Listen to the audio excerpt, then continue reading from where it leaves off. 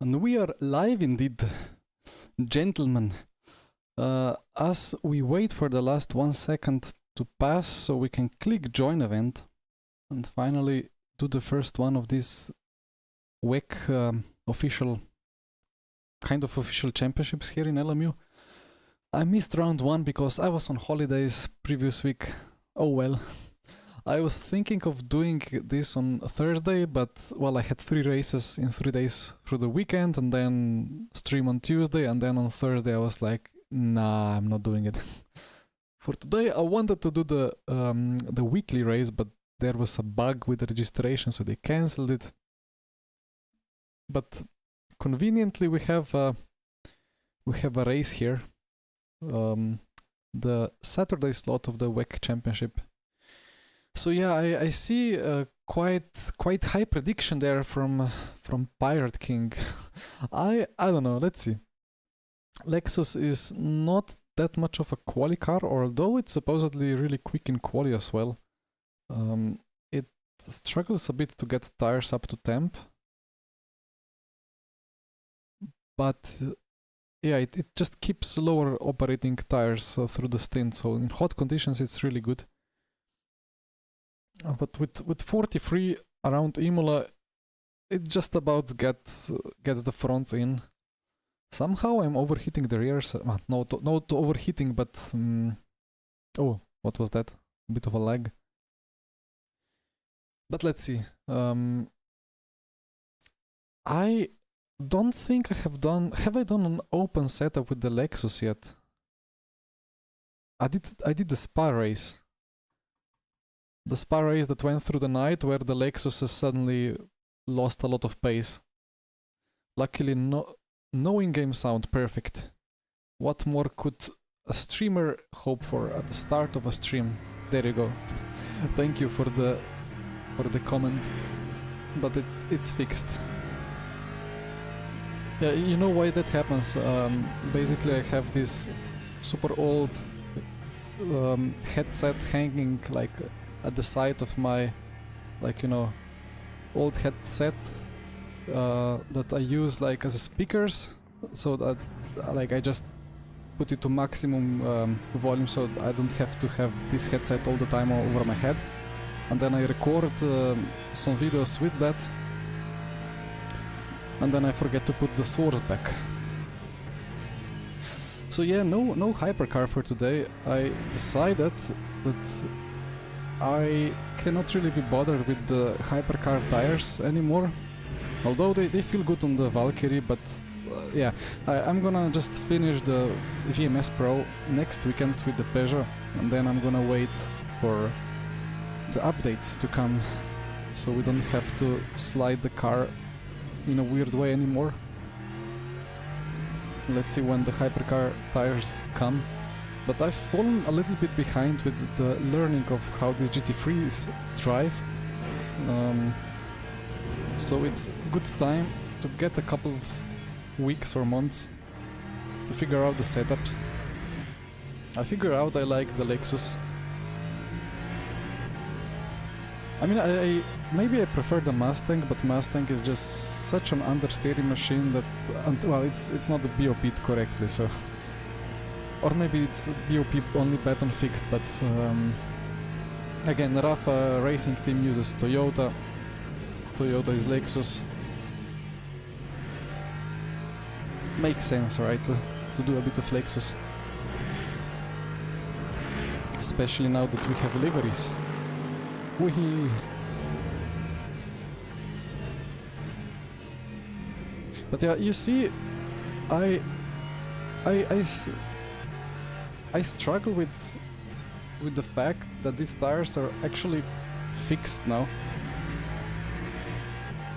Like, I'm used to turning in and then the rear slides a bit and you use that slide to rotate the car, which is not what I want to do, but in RF2 that was always the case.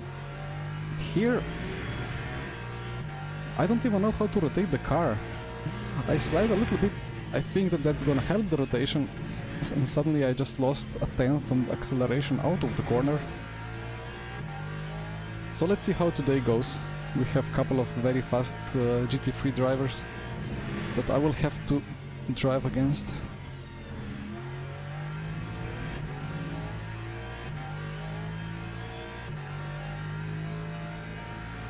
Yeah, about hypercar Tyre, I don't think anything has been really said.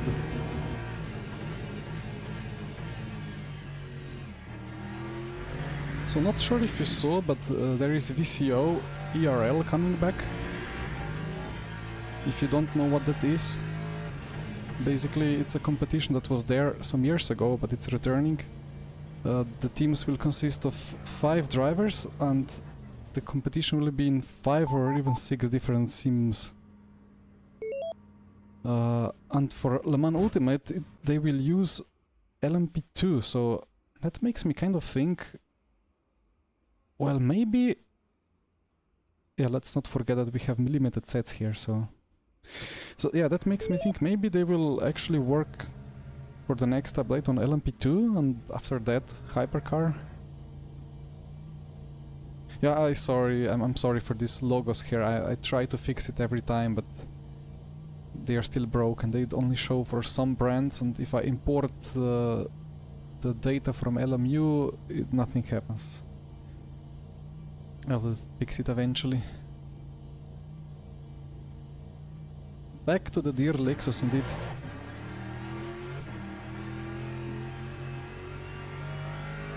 Oh, that's bright. That's perfect turn 1 conditions. It's literally surface of sun.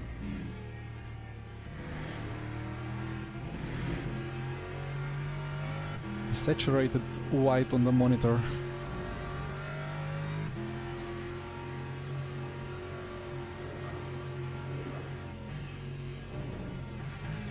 Now, I don't really know what is the best way to heat up these tires. You don't want to overdo it like the hypercars, I think. There are some systems that should prevent that, like the exponential thermal deck, which is not there on hypercars. So on hypercars you go absolute crazy on the inputs. But here, even if you go full crazy on the inputs, the temperatures still will not rise. Are you planning on switching from Peugeot hypercar? Let's see. Let's see after all the updates.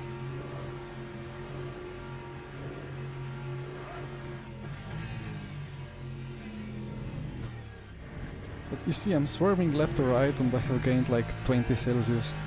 From 30 to 50, it's just not enough, so it takes a couple of laps here to get the temps up.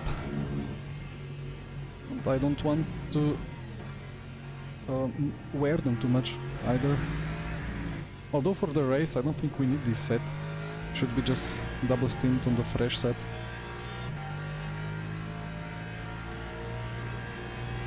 And for those who know what 13.5 millimoles mean, apologies for the eyesore, but it's been perfect blood sugar for the whole day, and then it does this before the stream. Who would understand? It should come down.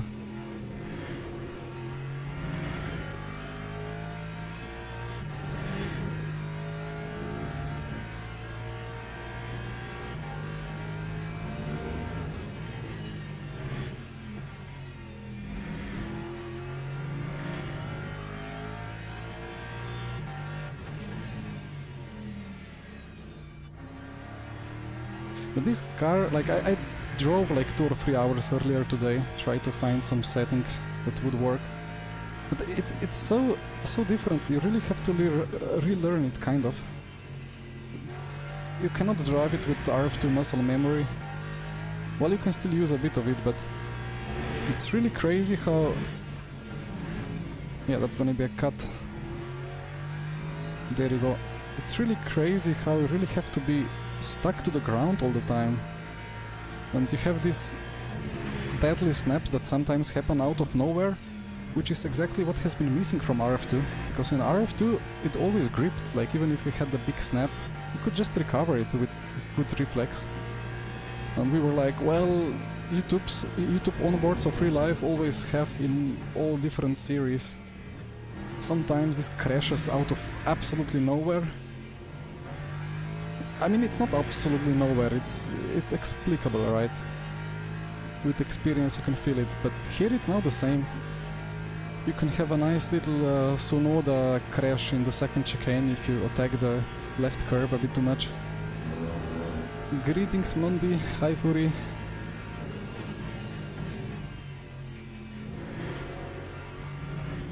Yeah, you see, into the entry, bit of a rear slide and then you have to correct it, and it's just instant loss of time. And that's a cut, okay. Well, just slowly making sure the tires get their temperatures in.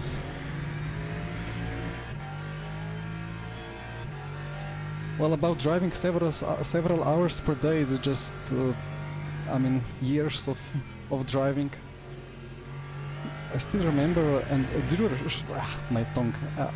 endurance race where I had to do like 3 hours, and it was like, well, after 2 hours I was like, I cannot do one more stint, like how can I do that? But then there was no other option except to just do it. And then I slowly figured out I can actually drive for longer than expected. And then one gets used to it physically and mentally. Motec tutorial, yeah, well, one day. Simrig tour first.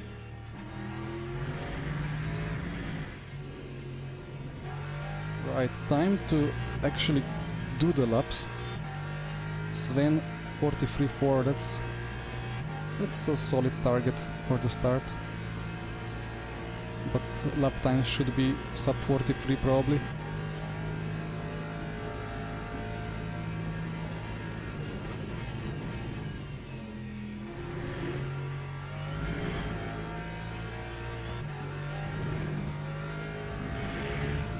Understeer.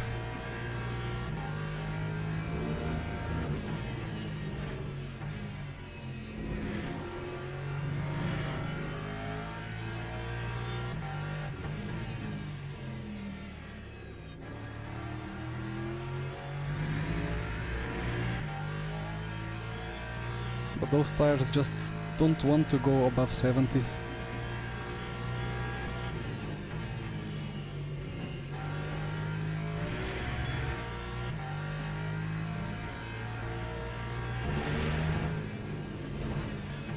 And that's gonna be a cut.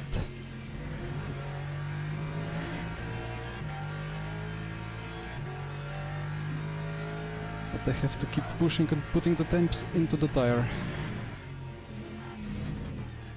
It's strict cuts here, and strict cuts at Imola are just the terriblest ever. It's better in the race because they go green and then you can keep pushing and they disappear, but in Quali it's just instant invalidation.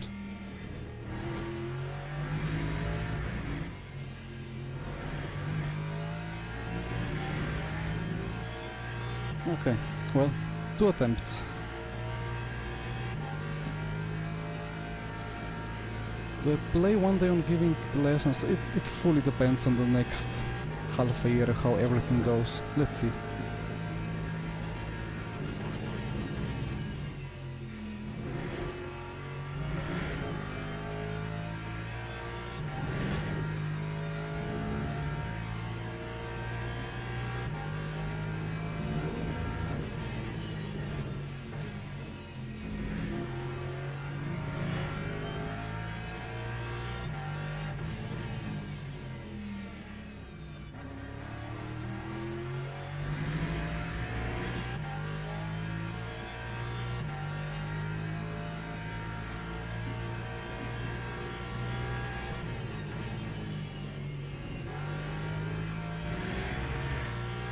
Let's not cut again.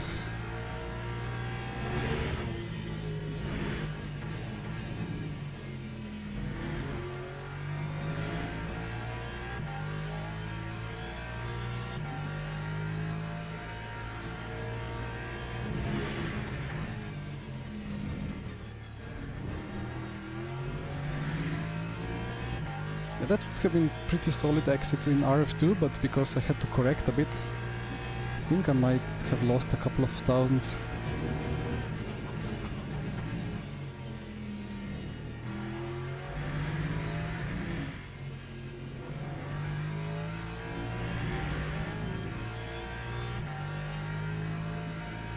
Okay, let's see.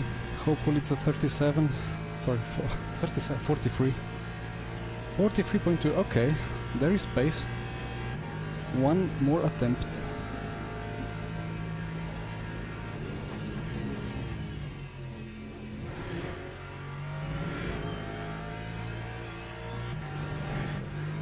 This understeer, I don't get it.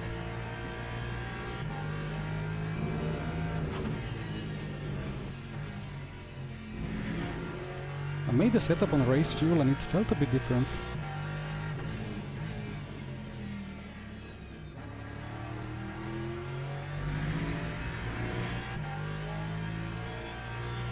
Giovannini at 42.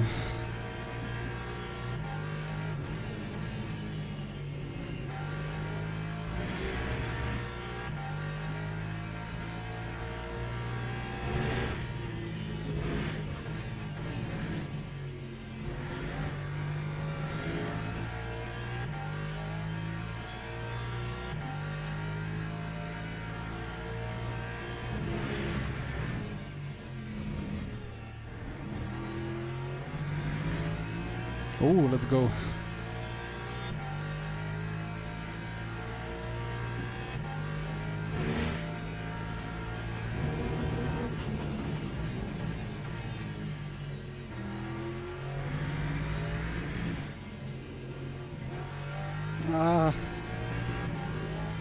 Of course. Can I get P2 at least? Gonna be very close. Come on, okay. Alright. Okay, well, the pace is there. If I don't mess up the last two corners. Yeah, I missed that curb in the penultimate one, and then I was like, okay, just a clean last one, and of course the rear starts snapping. And again in RF2 with GT3s, it was perfect. Here you have to know in advance that if you keep micro sliding the rear, it is going to absolutely destroy you on the exit. Yeah, well, you guys were correct. Pirate, you were correct. I should have got the pole. But I got a skill issue. Right. Let's load the race set. All new tires around. A bit more TC slip. I don't know, like I drove with 11, it felt the same as with 6 or 7. If you snap, you die anyway.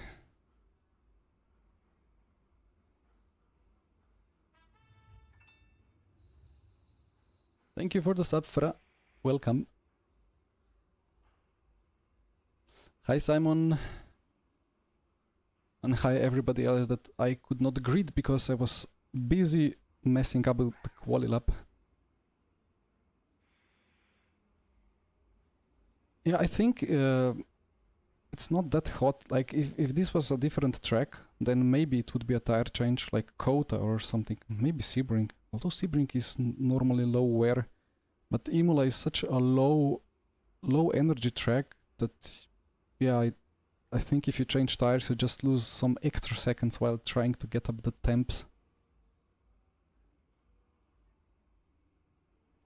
About the tire model, yeah. So I'm hearing that some people are complaining about not feeling what the tire is doing mid corner, and I kind of agree with it. Like you turn in, you feel everything, and at some point the front just turns off. You just have kind of a bit of a spring, and it's a bit weird.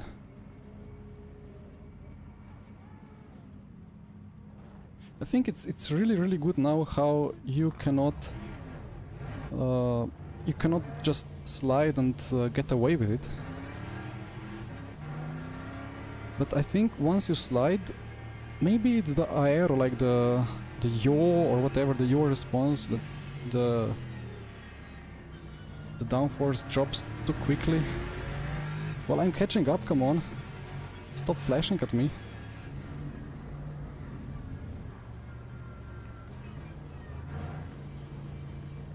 So I think maybe just some small fine tuning, or I don't know. Anyway, let's do the race.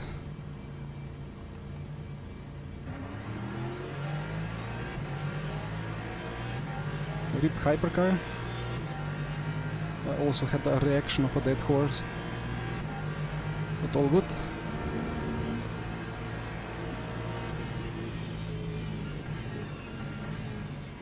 Survive the madness.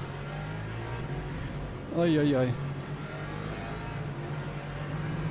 The good thing that these GT3 pros that are around me all know the situation, so nobody's like trying to do something crazy stupid while the hypercars negotiate their own things around.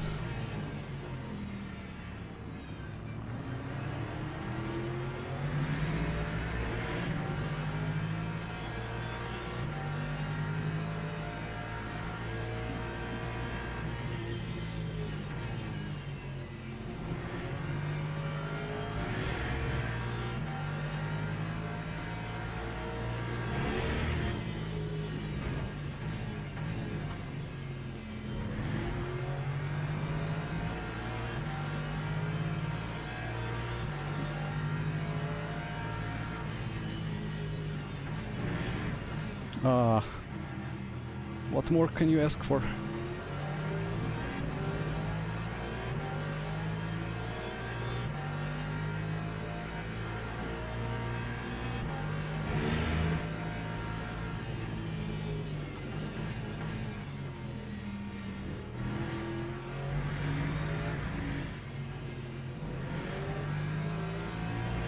I think there's a lot more GT3s signed up today than hypercars, so naturally lower rating on average in hypercar field.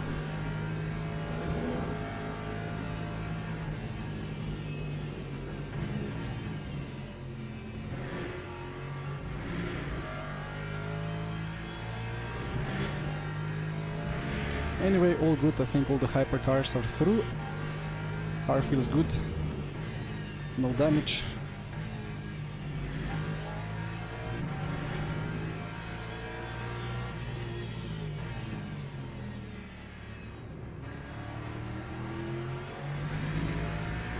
And the good thing is that there are no Lexuses or Porsches or stuff like that around, because they tend to be better on heat in the first laps.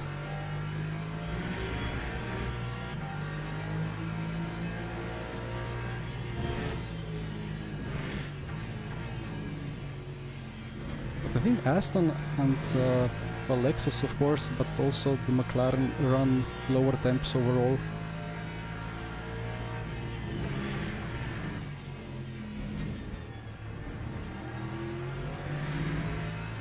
For sure my car feels better than in Quali, so maybe it's something with the fuel tank position. BMW, of course. BMW likes to heat up some tires as well.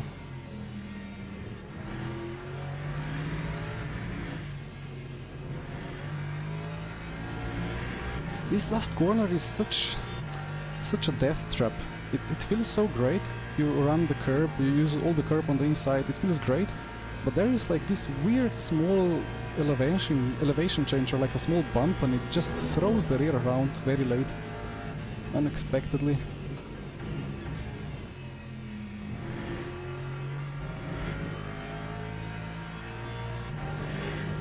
No green cut warnings yet. I'm not pushing the limits enough.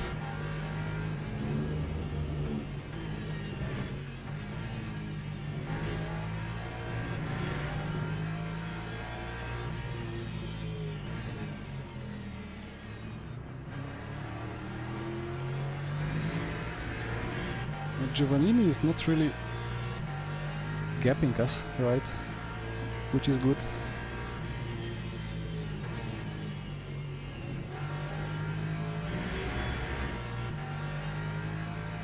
The lazy MG, yeah, makes sense. Probably the Ford likes that curb as well. I mean, it's good on Lexus as well, I just cannot use all the power that I would want.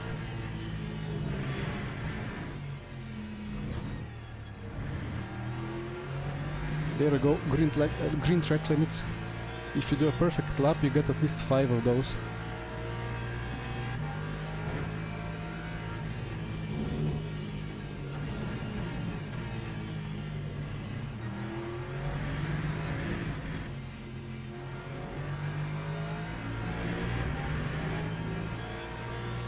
And there's a yellow one.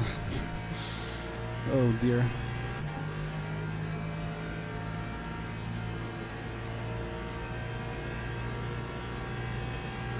I do have a bit of a top speed issue, I think.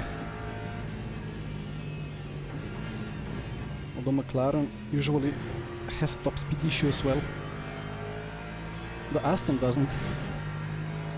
That might be a problem.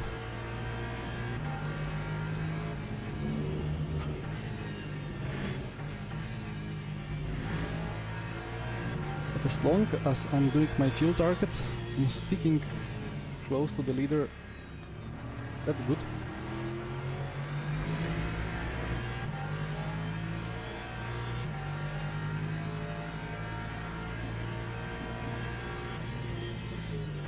McLaren is fast in a straight time. Oh, okay. Yeah, I'm just going from my RF2 experience.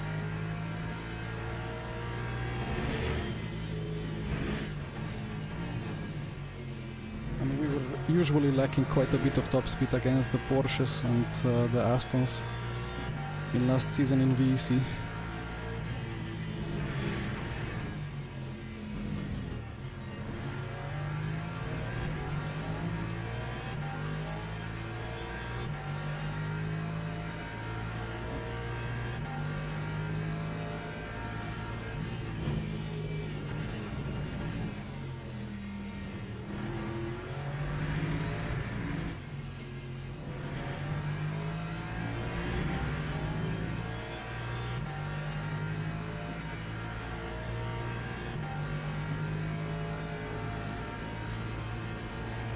Well, the McLaren is really nice, but only on open setup. I just keep avoiding it because on fixed setups it's insufferable.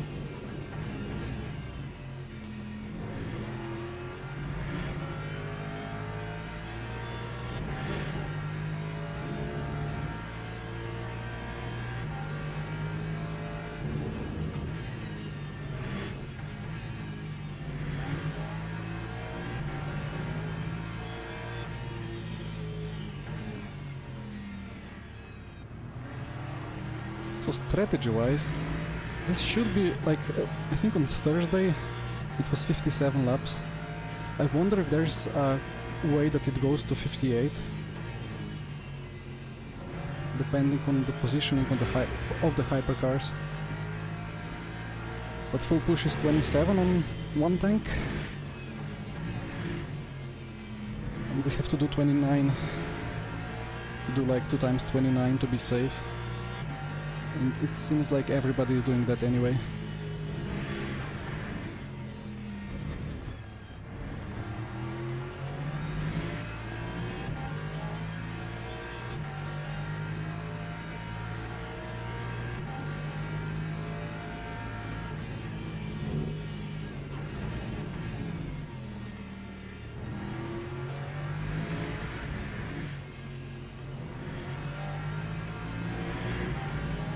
Looks like a bit of a Go setup domination as well. You have Go setup logos there, you have Go setup logo here. You have Sven behind from Go setups.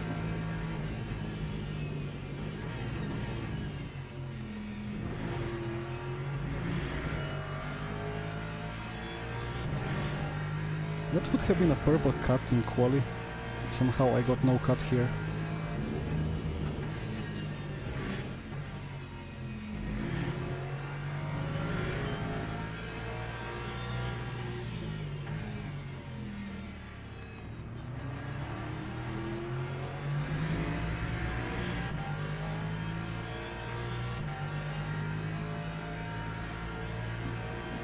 Yeah, I mean, McLaren is...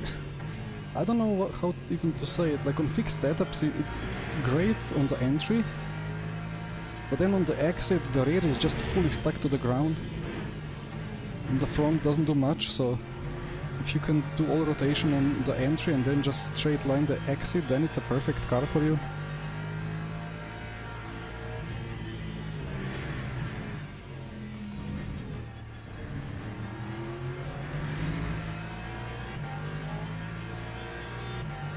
But I kind of grew up doing F1 type of cars, where you go on throttle and the front wing will make sure that you get at least half of the corner rotation on the exit.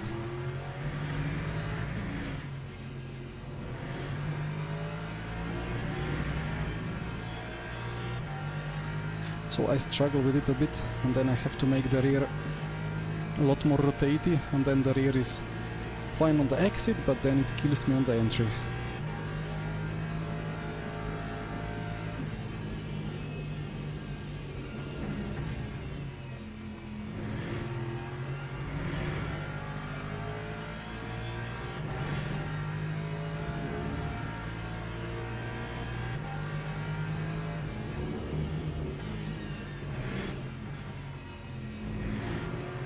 These curbs are so important. It's a completely different racing line in the race compared to Quali for the second chicane.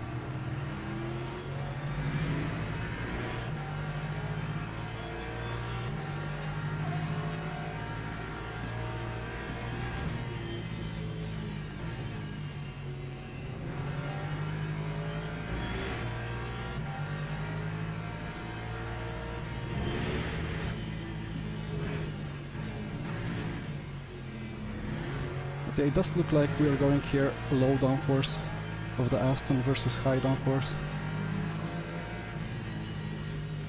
Almost thought that was Michi for a moment.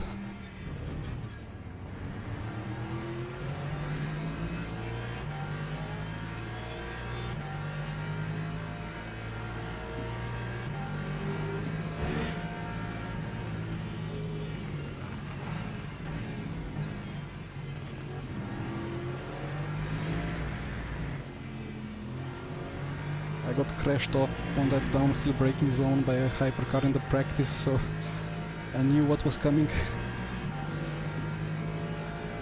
Hi Joao.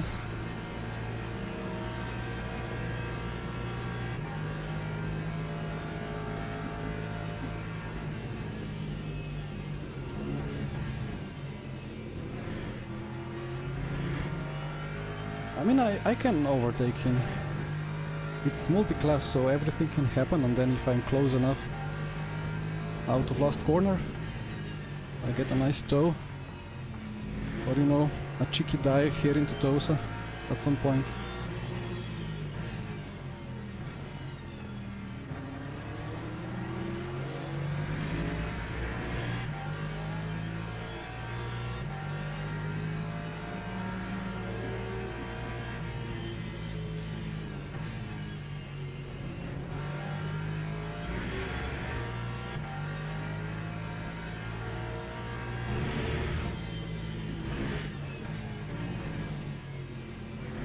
It's so lovely to do these cars in the long run. Just always trying to keep the car stable and happy and balanced and not sliding.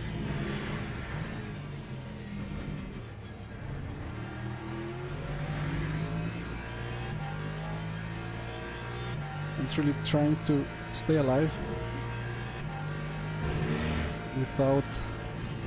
I mean, you know, in RF2 you would stay alive if you weren't battling, so you were just like crazy push, absolute destruction of the inputs, and then you try to stay alive when battling. But here you just have to respect the fronts, you have to respect the rears.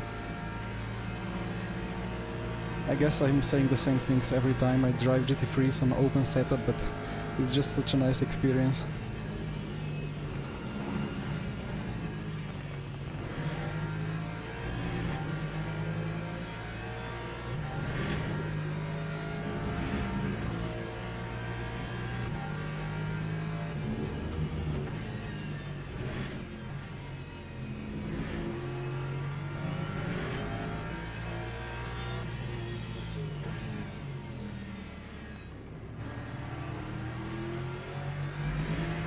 Actually, the Lexus has quite nice rotation out of corners. Maybe that's why I like it that much. Like you can stomp the throttle pedal and it still kind of rotates. Well, now it gave me track limit. Unlucky.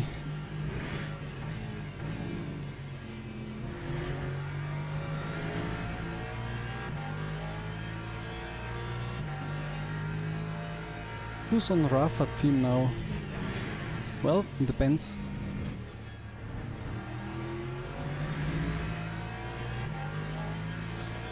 Well, for VC we have signed up with Jesper and Michi. But they're in that case like just kind of contracted for that series.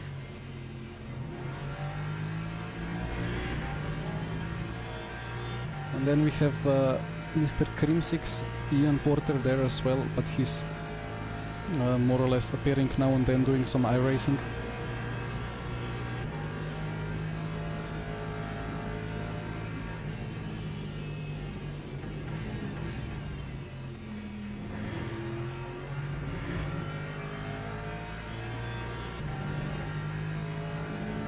But it's kind of a transition period anyway, like it's midsummer as well, so I had a bit of a break. We are working on some more content and so on, but for the time being, actually I forgot to schedule a reel today. I'll have to do it for tomorrow. But more coming soon.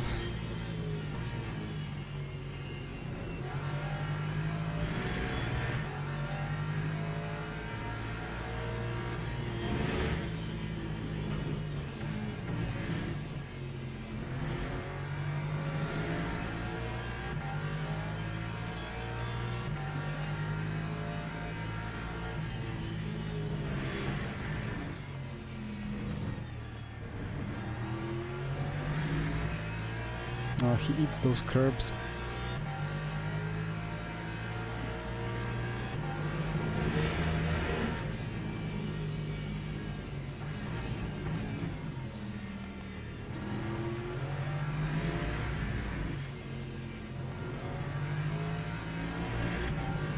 Okay, slipstream.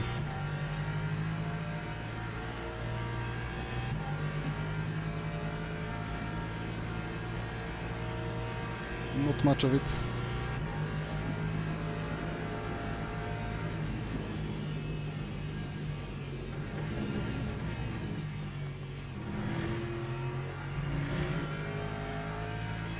Well, I did save now like 0.1 liter compared to him. Just with that lift and coast. When it comes to the pit stop.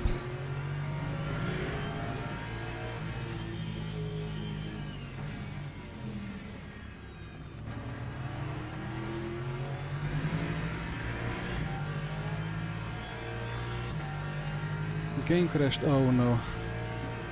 My condolences. Submit the trace and stuff like that if available.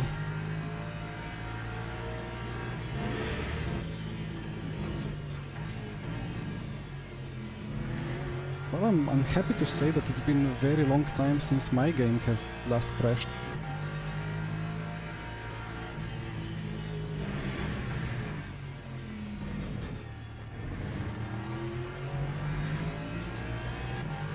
Half a point for that, yeah, I did cut a lot.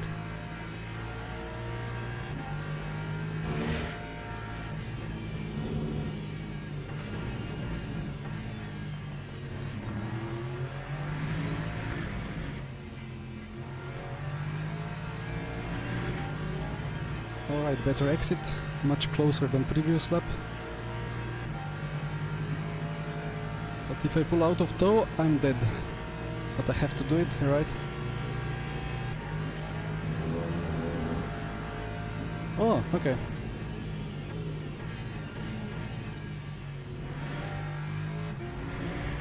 Much appreciated.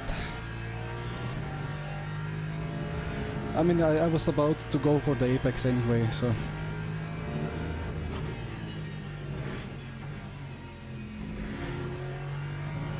Time to see what I can do in free air.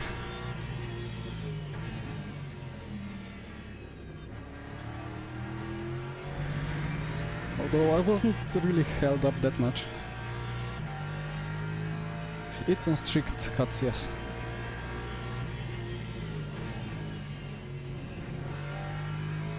In quali it's terrible, in the race it's alright.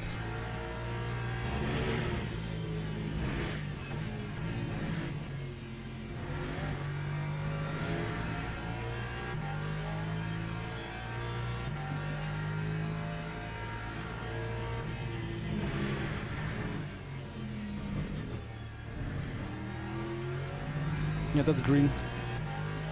And it was very close to the yellow cut of previous lap.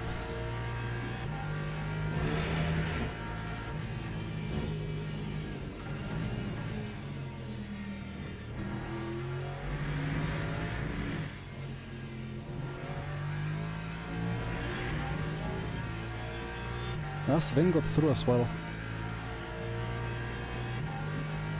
Let's see the McLaren pace.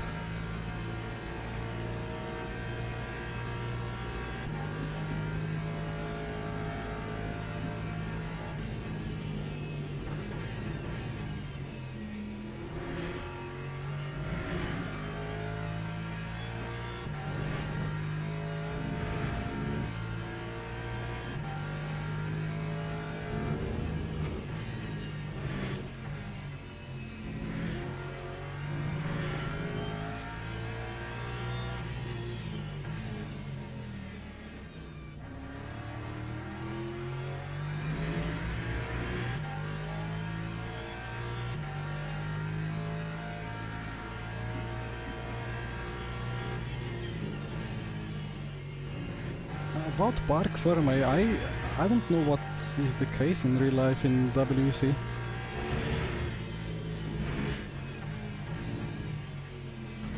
Do they have a park Fermi?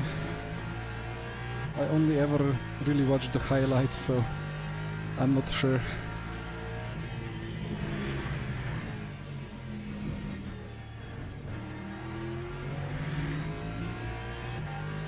They do have park Fermi, okay. I mean, it was there in RF2, so I don't know why they couldn't have it instantly in LMU.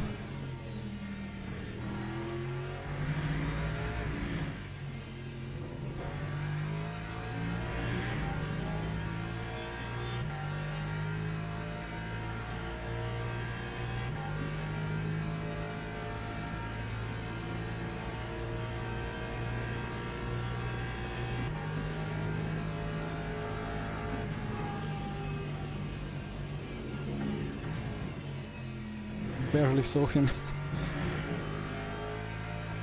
So many green trees around, and then green Valkyrie comes from behind with high speed.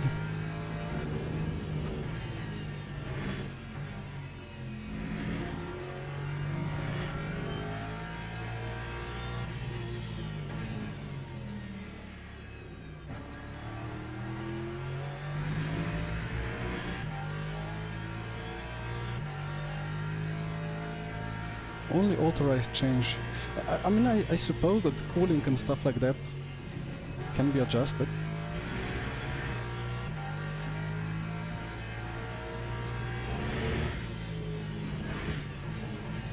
That's yellow. Interesting.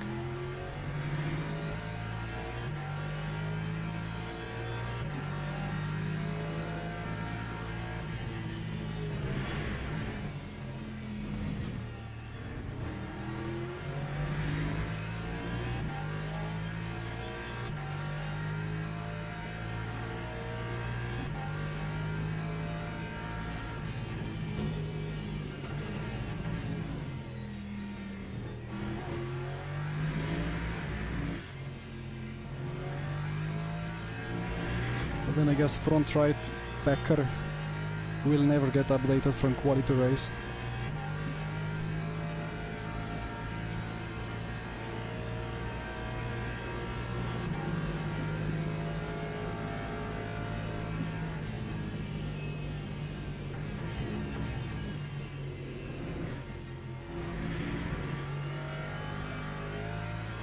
I need to fix this rear snapping.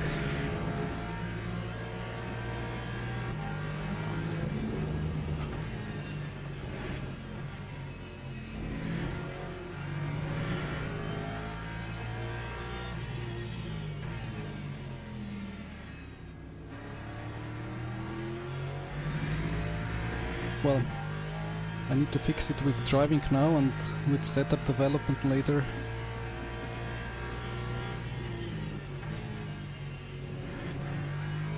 And then it's weird because... no, another track limit, perfect.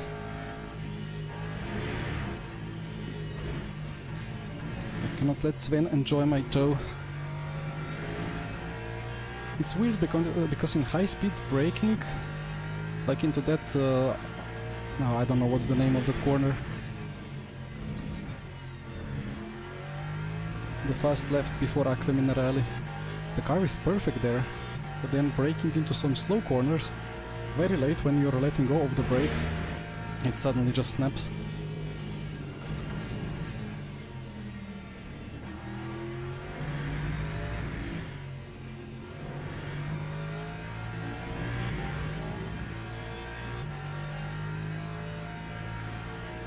Ah, hi Tommy.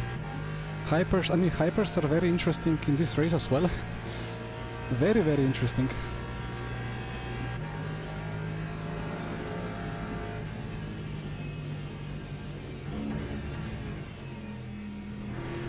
But maybe they were even more on Thursday.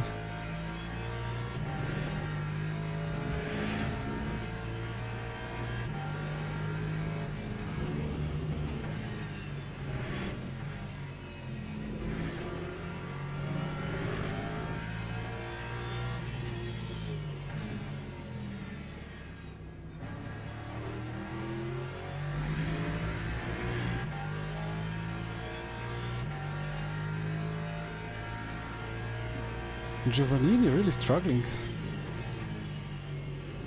I don't know what is it, maybe he just did a quali setup.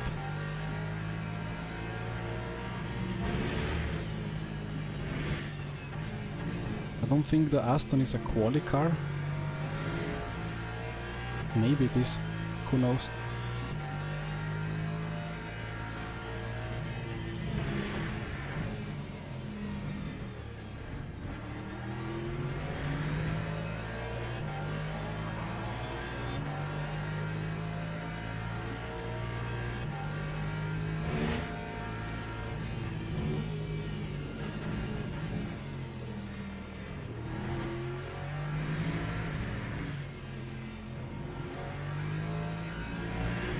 He's saving more, but what's the point?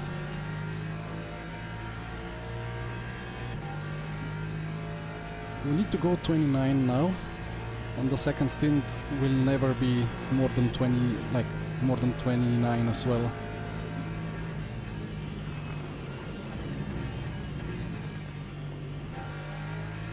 So it's like 28, 27, or like rather 20, 29, 28 then first and second stint.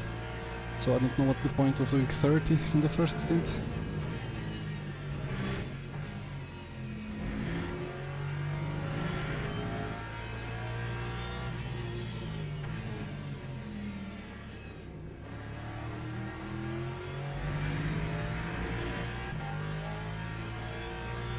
Yeah, Aston should be good on tires.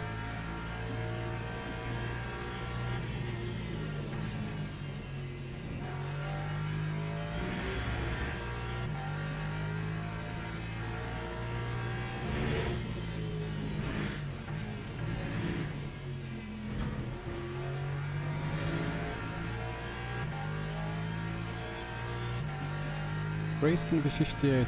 Yeah, I guess it just depends on where the hypercars are. But 58 is fine. If it was 59, then that would be a bit of a problem, strategy-wise. Although 30 is maybe a reasonable stretch. If it's only for one stint.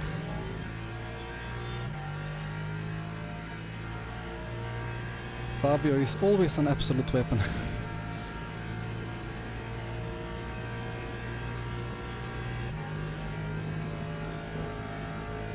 Alex, it depends on the track.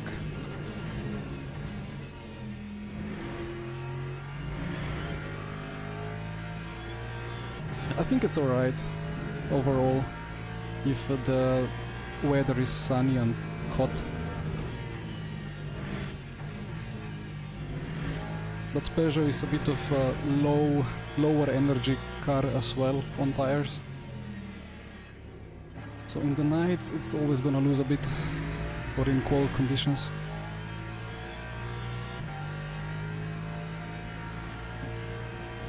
Leon and Hoer, I mean, I watched a bit of Michi's stream,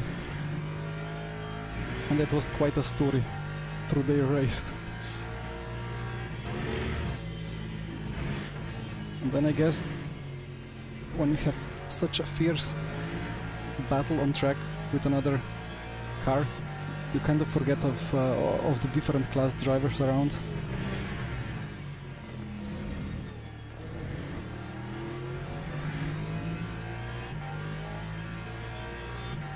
Giovannini is really dropping off, like I don't know, doesn't make any sense.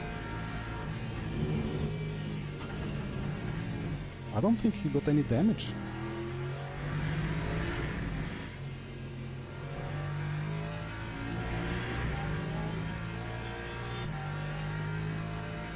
Sven getting obliterated by the hypercars. Poor man. Wonder where's my time coming to get the batch of unlucky traffic.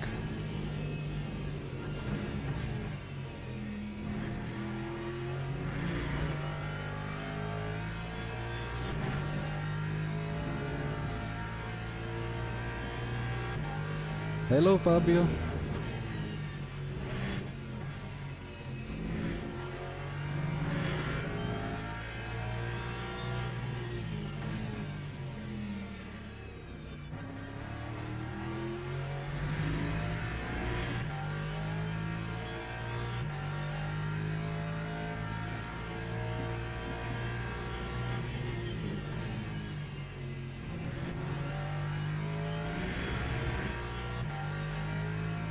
Well, maybe it is a Lexus track.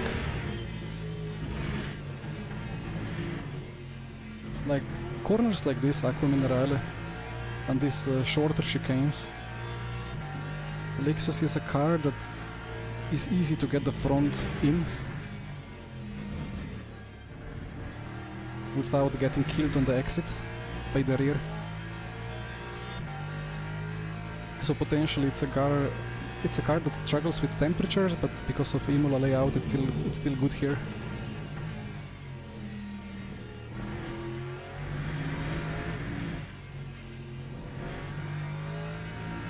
But then maybe on a cold Qatar night it could really struggle around Qatar.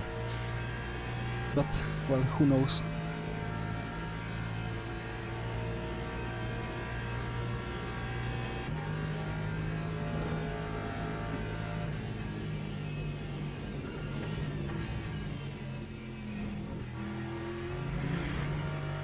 These braking zones, I just cannot understand what exactly is going on.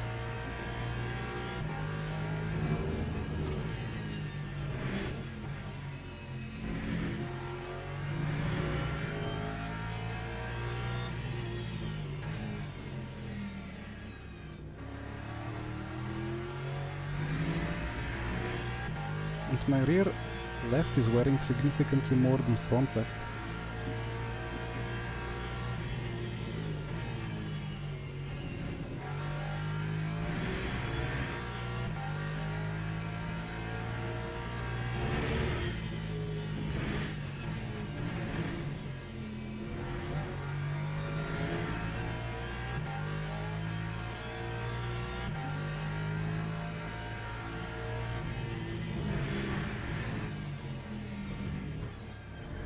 This bob thing is a hard one. The same bob can produce a car that's really great in one championship but really terrible in another championship, just because the track selection and the weather selection.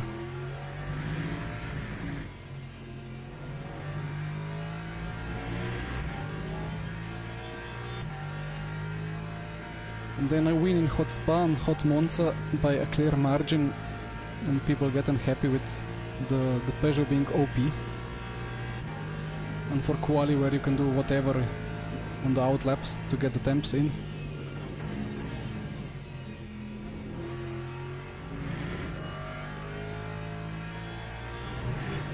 But then you get Qatar at night in VMS Pro and I'm half a second of pace, you know.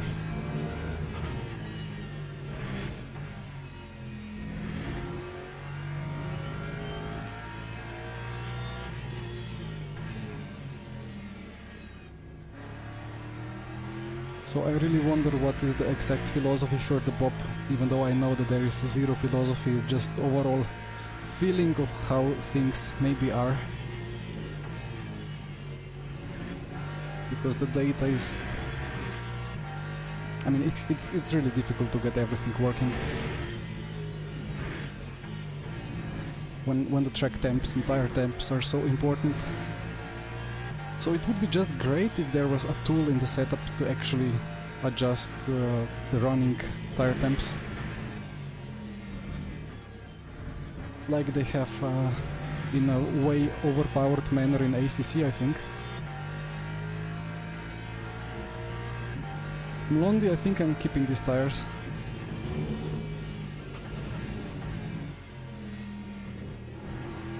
The wear is low enough. Thermal deck is surely not big, because I'm barely even touching 80 Celsius.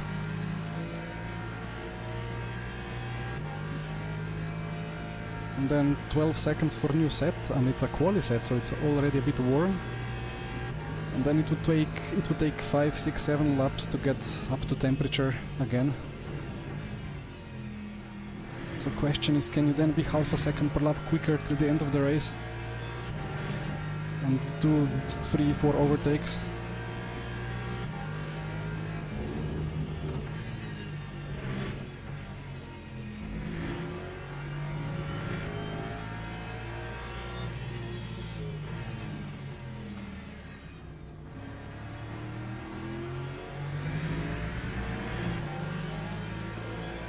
Tommy, did you guys all change on Thursday?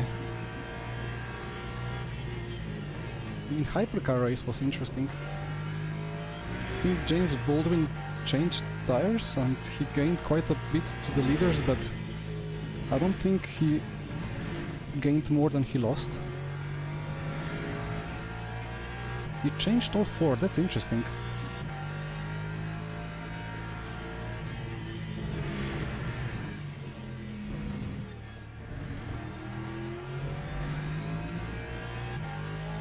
Well, that makes me think. Let's see how many cars I have behind on the in-lap within 12 seconds.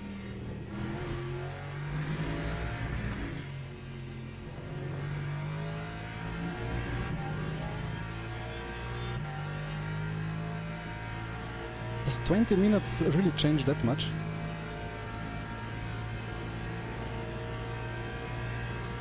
Again, if it was very hot race around Spa or Sebring or Qatar or some track Kota, then I wouldn't even question it, but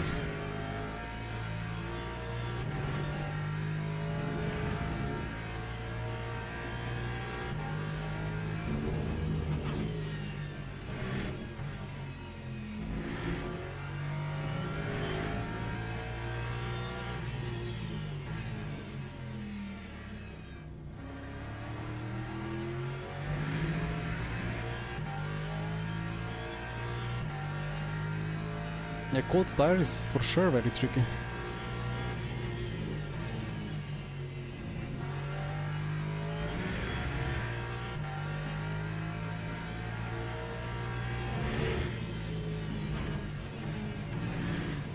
Well, about the cliff, if you watch the traction stream for the Qatar 6 hours a week ago, you were able to see the cliff. At least on the hypercar. That happened at exactly 17% on the rear right for me. I don't know how the cliff is on the GT3s.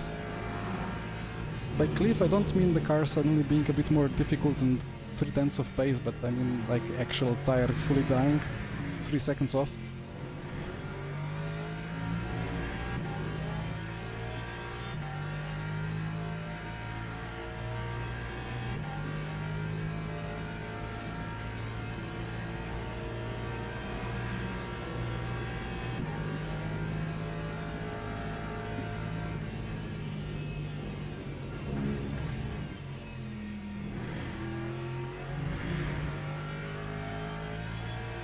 But yeah, if it's 15 seconds lost in half a second per lap, I mean that's not that much, you know.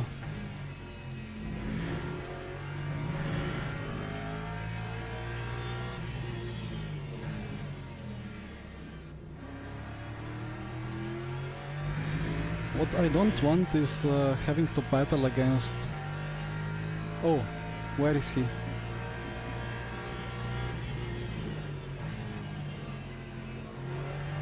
Giovannini is dead or what? Well, there goes one of the worries.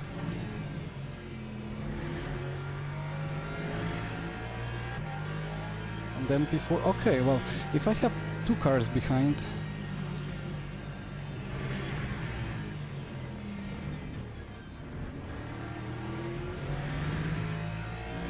That's overtakeable.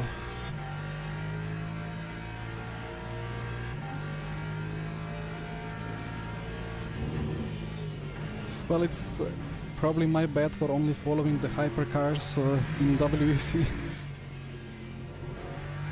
No idea how the GT3 strats are, but makes sense. So 5 to go. 30 plus seconds in the second stint. Okay.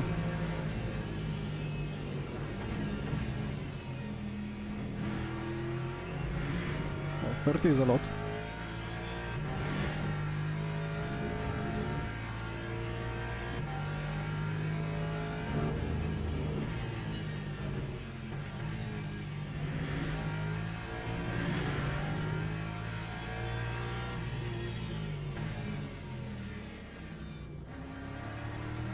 I don't want to lose 30 seconds in the second stint.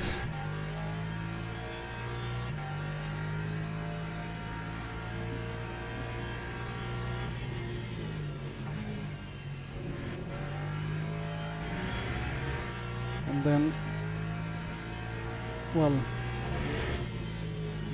Polesny is with the Lexus as well, so he will not miraculously gain a couple of seconds on me because of the better tires. And then let's see what happens with Sven.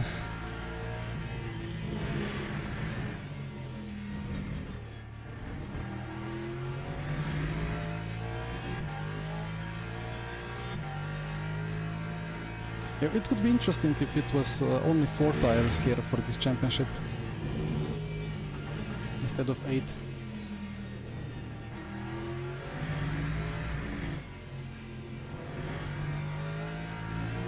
The more I drive, the better the car handles.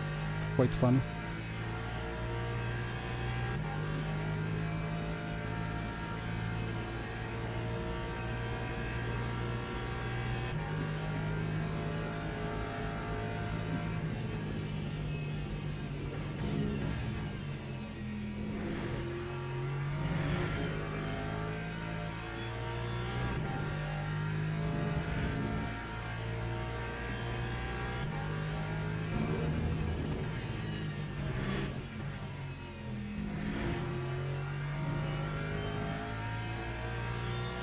Wait, GT3s are good years, but hypercars aren't, right? Or are they as well?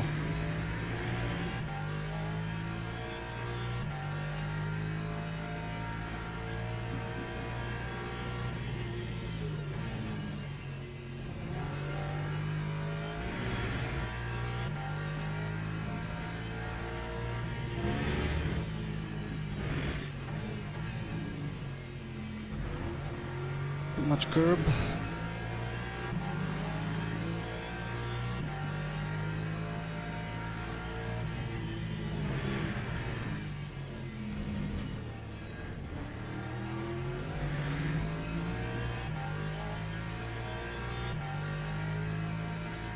Well, I mean, full tank, Quali set of tires.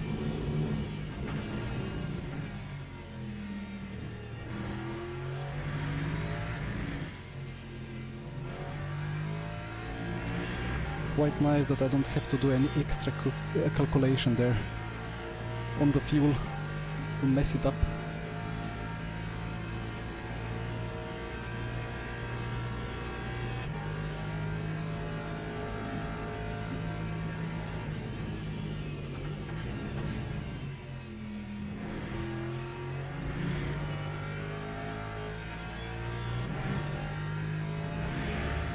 Ah, barrier is in the Ford.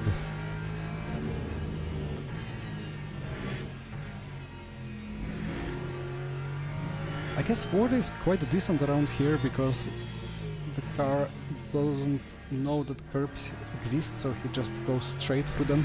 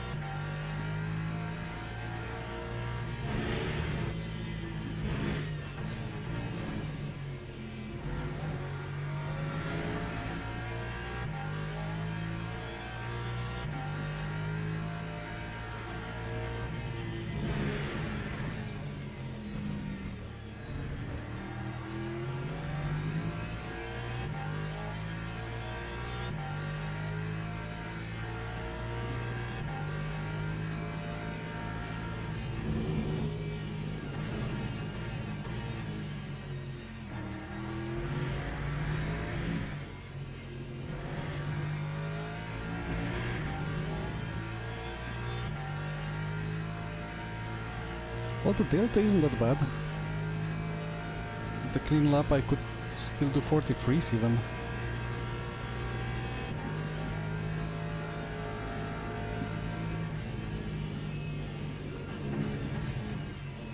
But okay, it's low fuel now.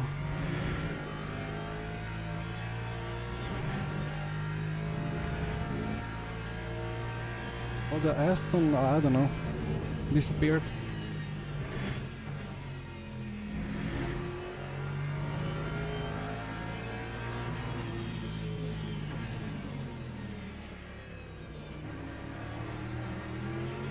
Wait, that was a track limit. Okay, was not a big one.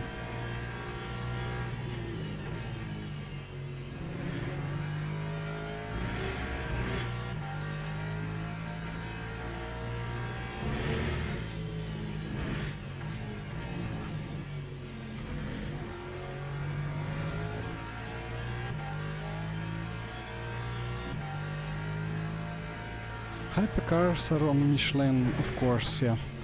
I keep forgetting all that.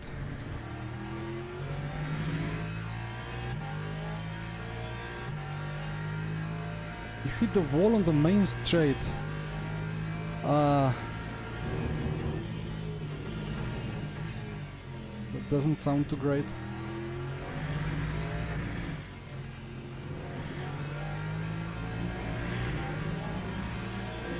So 1 to go. Well, I mean, I tried lift and coast versus no lift and coast, and I did that in practice, and into turn 1 I didn't lift, I broke much later, did a good apex, good exit, and it was slower, so I just said, I'm lifting, feels better, makes sense.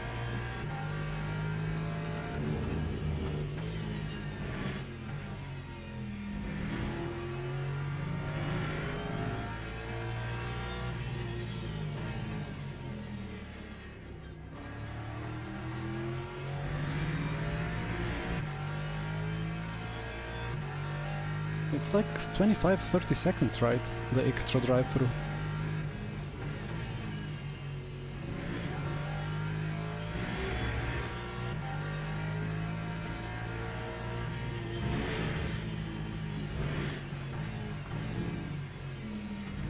Did I request? I did not request. Right, full tank, used mediums from Quali.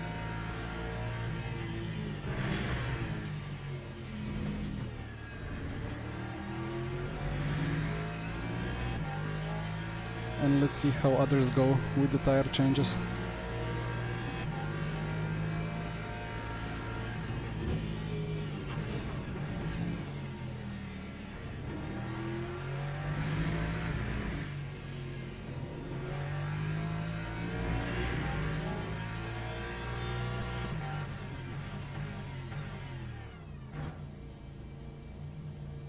That was way too safe with an entry. Okay.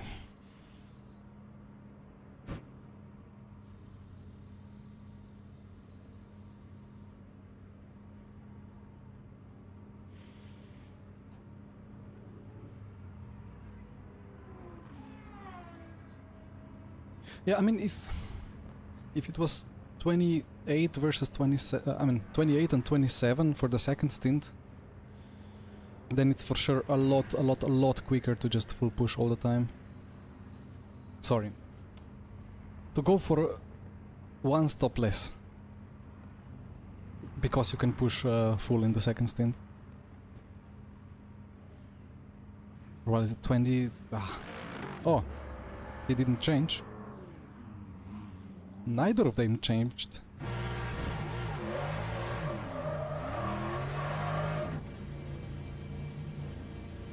Uh-oh.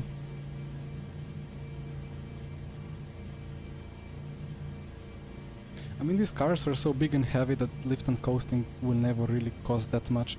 The issue is that you get a bit lower temperatures, and that could be counterproductive. It can literally cost you like 1-2 tenths per lap.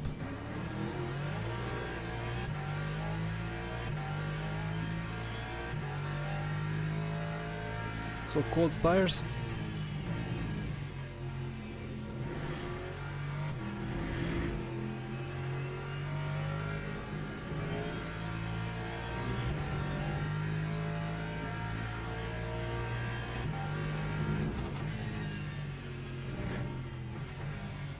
So what you say is that now I'm gonna be a lot quicker than the other two that did not change the tire, and I'm gonna easily overtake them and win the race by 20 seconds, right?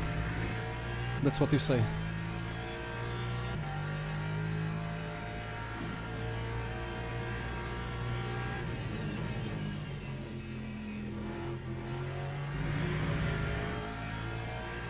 I got this copy. Yeah, the cold tires are not bad, they grip quite nicely.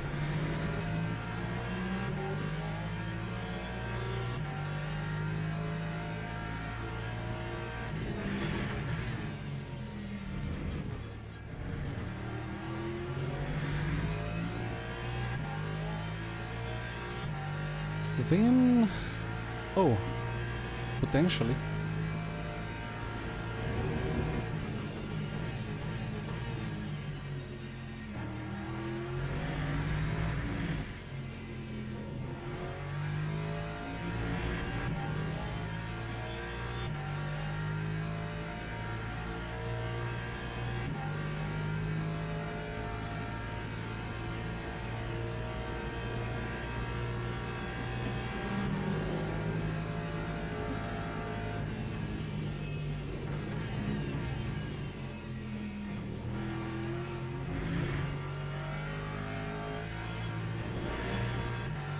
Let's not overdo these chicanes now on cold tires.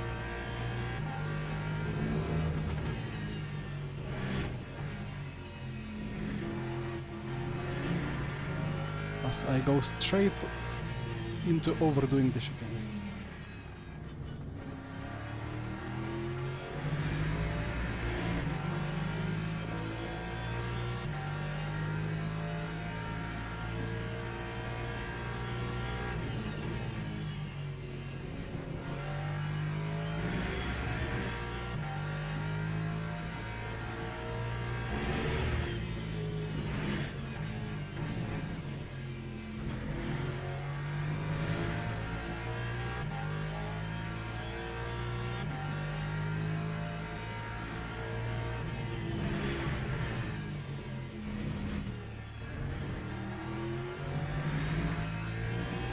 Yeah, hopefully I need him in 45s.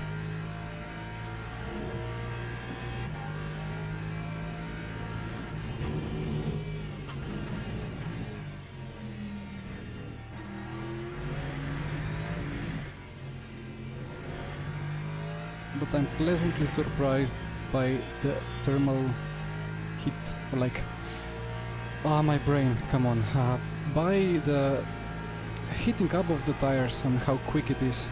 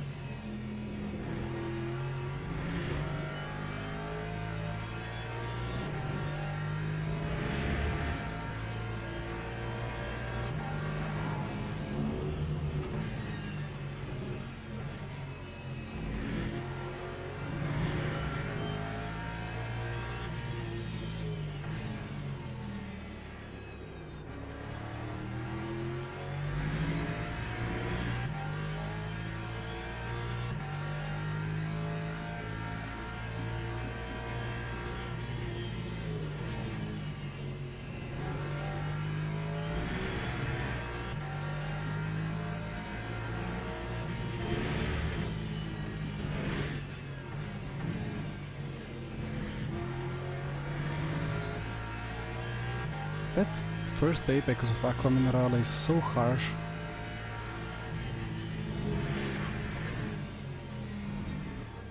Like on the off track between the apexes on the bottom of the valley there, you can just extend by 5 meters. Just go flat out, straight back on track, carry the speed. You will maybe get 0.25. But cut the first apex by 1 millimeter and you get straight half a point. Okay, Tyre should be kind of there now, so time to start gaining a second per lap. I keep forgetting about hypercars there, sorry.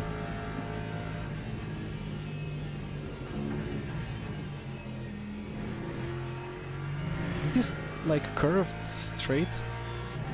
Then you kind of forget that you have to go around the outside of a curve.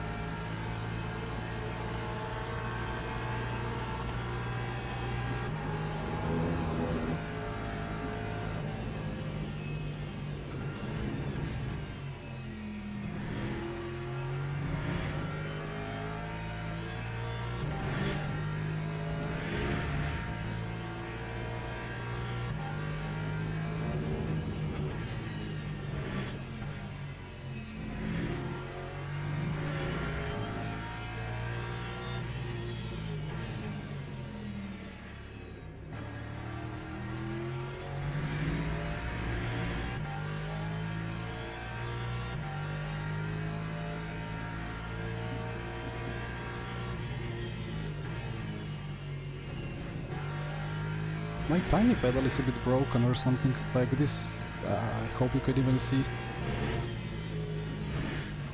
But apart from the car logos missing, it's showing the gap to the hypercars instead of just the GT3 field.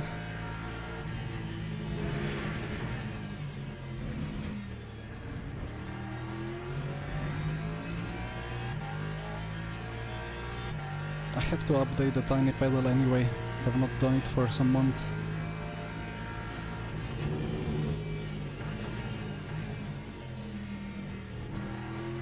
Probably some cool new features in there.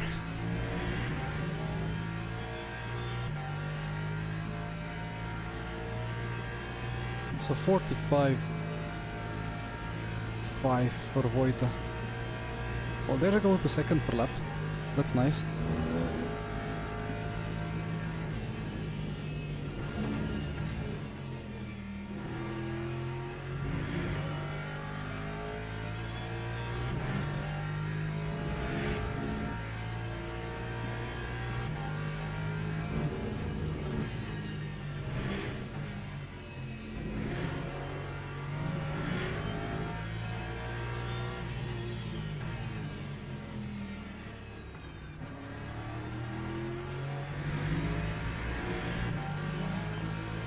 Yeah, you did tell me.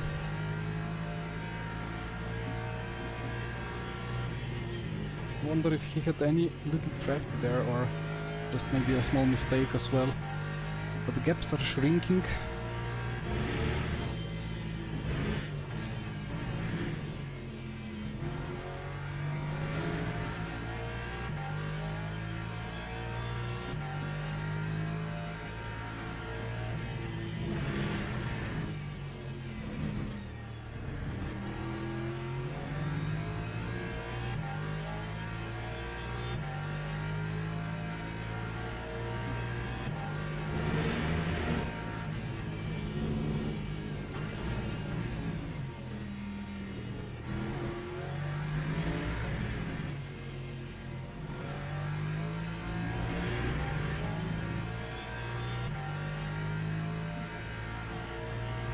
This is really fun to drive, like I'm really looking forward to VC.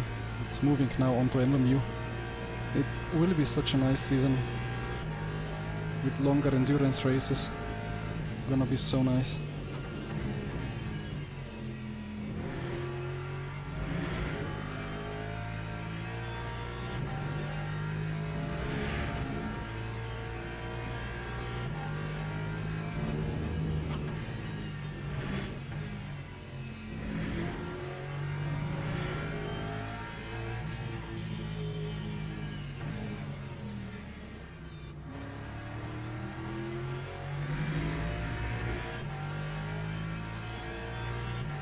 Forty-three some laps, okay.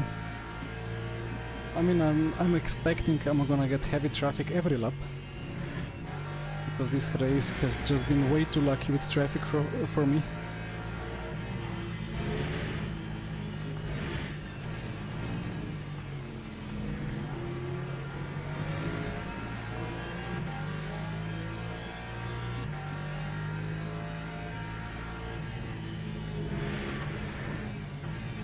That's a bit late.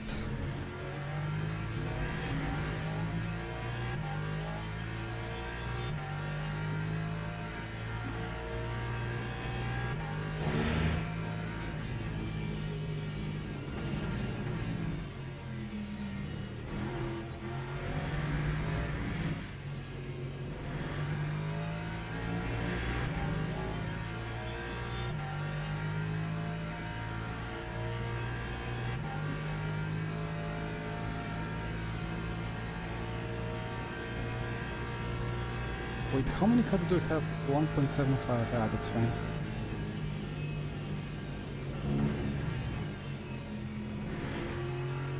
Well, for those 43s, I need to first learn the track limits, or rather where it goes from green track limit to yellow track limit.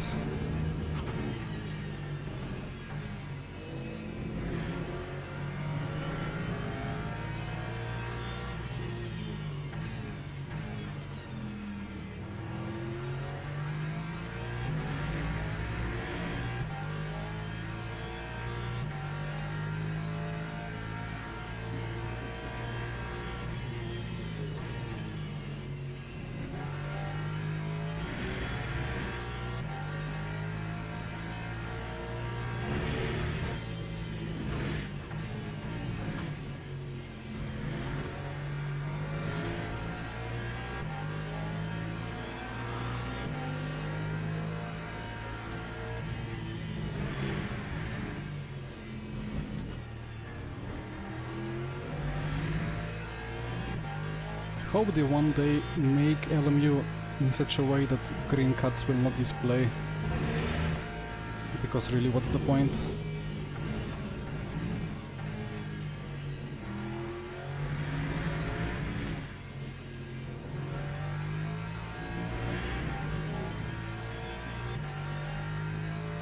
Don't jinx it now. I mean, I'm just thinking.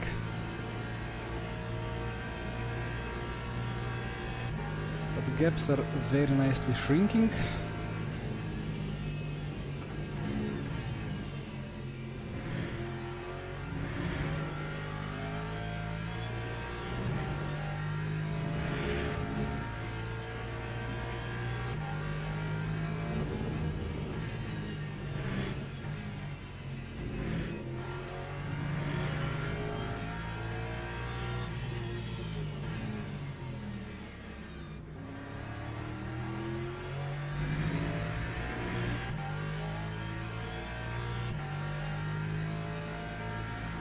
Hyper Tyre update and rain update. Well, that's two things that would absolutely make my, not my day, but my year. Like proper wet racing lines.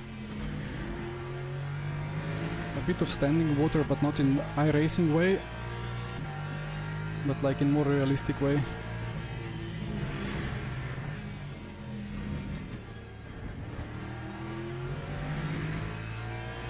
Although it's by far the most realistic now in iRacing.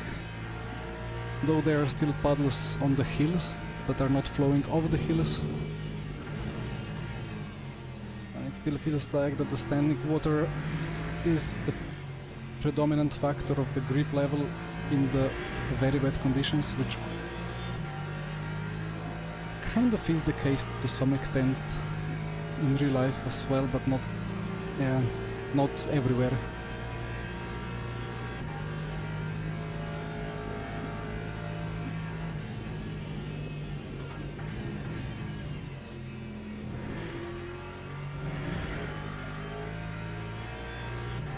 In iRacing you really have to learn exactly where the puddles form and at what percentage of rain you can do which line and so on.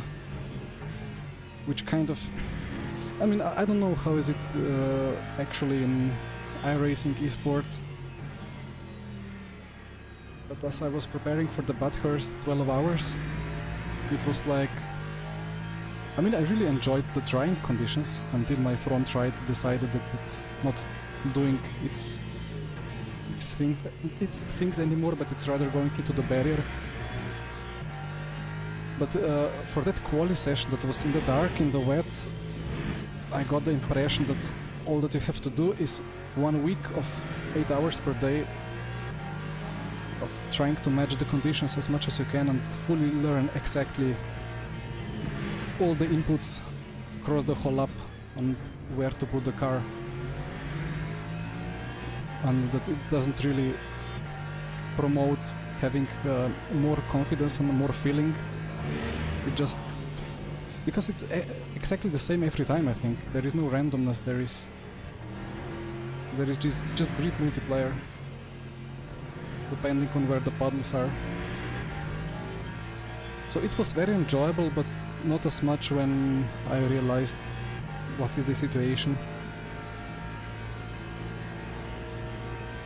It was still a great race, that Bathurst 12, until 3 hours in.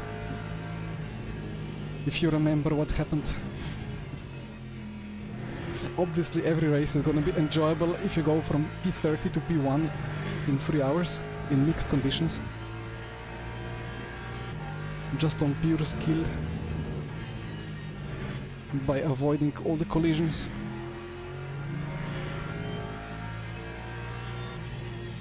If you bin it half a lap later, it's a bit of a stain in my memory.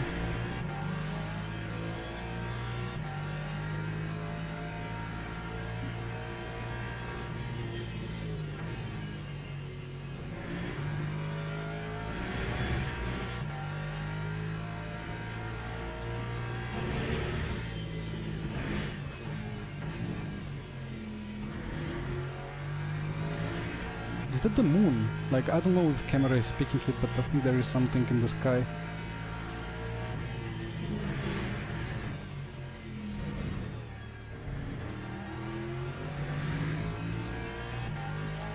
I mean, the moon is there even in R Factor 2. It's been there since it's been launched.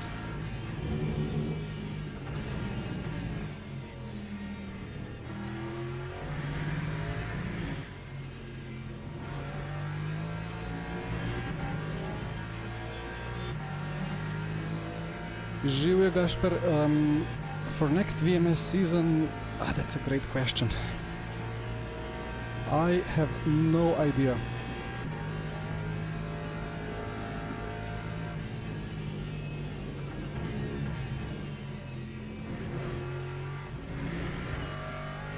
It's a bit of a problem if suddenly mid-season setups stop working, you know, because the tires get updated and the whole BOP is changed. At the same time, the Valkyrie is really good fun.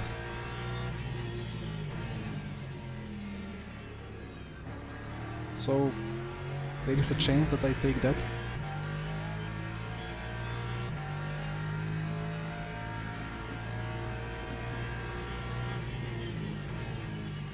Yeah, Daniela, I was enjoying the sight of the moon in the past week as well, in the late afternoon and early evening.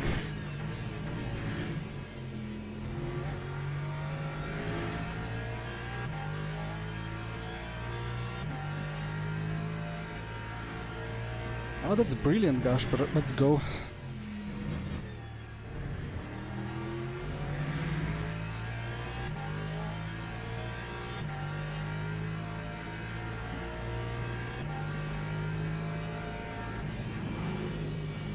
Almost forgot to check the mirror, but I remembered.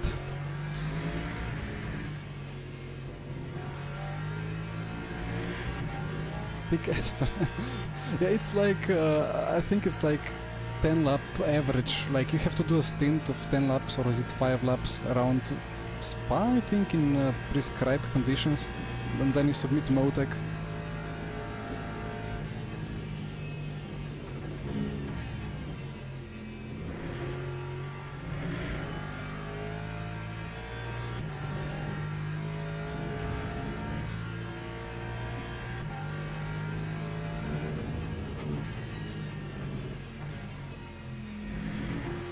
I need to give the Aston a go one time.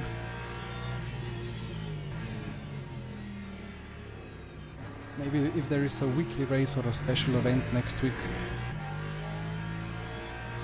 Although next week is gonna be only VMS Le Mans practice, apart from the Tuesday stream, and that's gonna be on fixed setups anyway.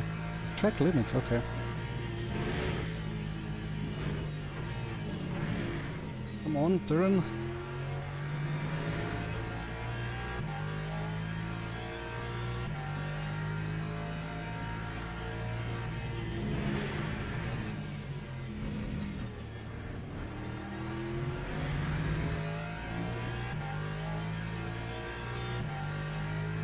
Motec indeed.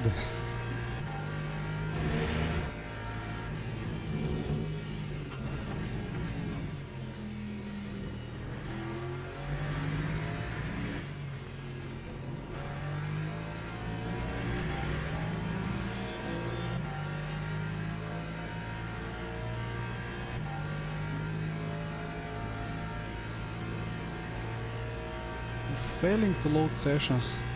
You mean you failed to import the LD file into Motec?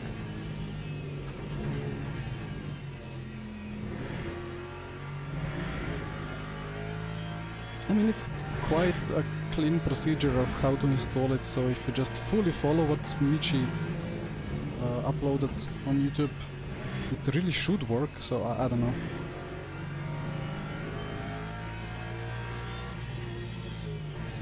That being said, software is software, and I love to bring the story back into my memory of even the iRacing support not being able to fix my iRacing install. It just would not load the track. It just crashed.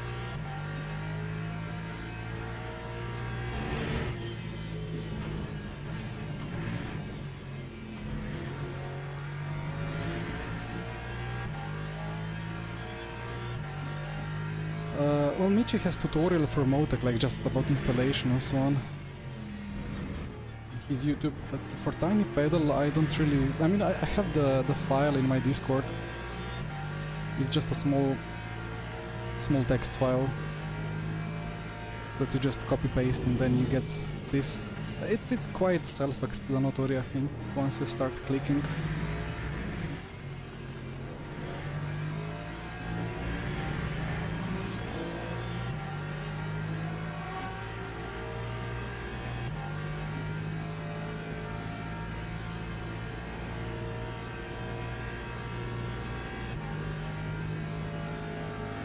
But things are starting to get serious around Imola now.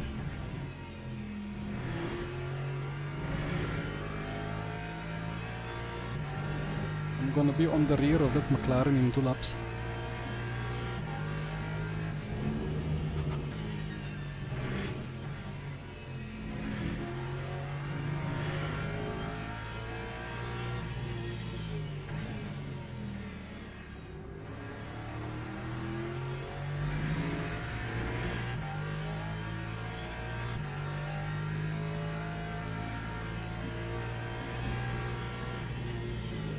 So, well, you generate a Motec, like an LD file, right?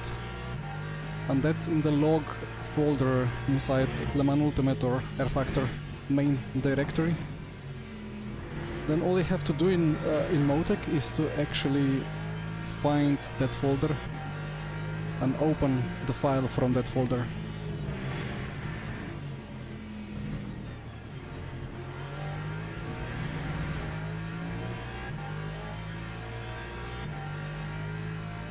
And once you save the workbook, or like once you have it loaded, you don't have to search for... Oh, who's that? Oh, that was Polesny. Did he got killed by the hypercar? Oh, poor Lexus, poor man. Oh, one less overtake to do. For the better or for the worse.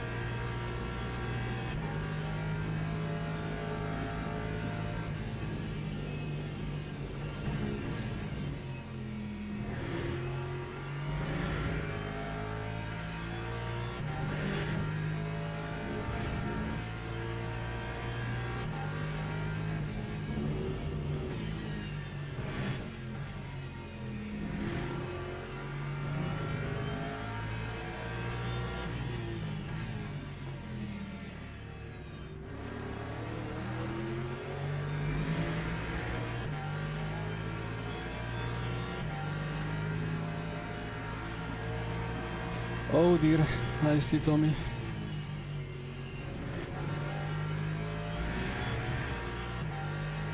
Well, he's got a shirt, a P3 pretty much here, so...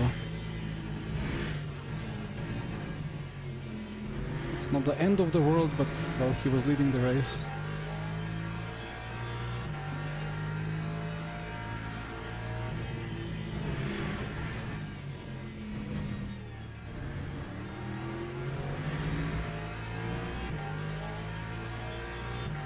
Oh, time to get that McLaren.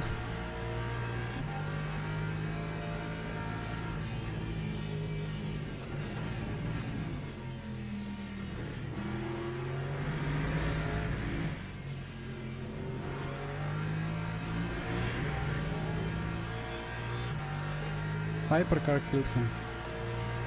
Ay ay ay.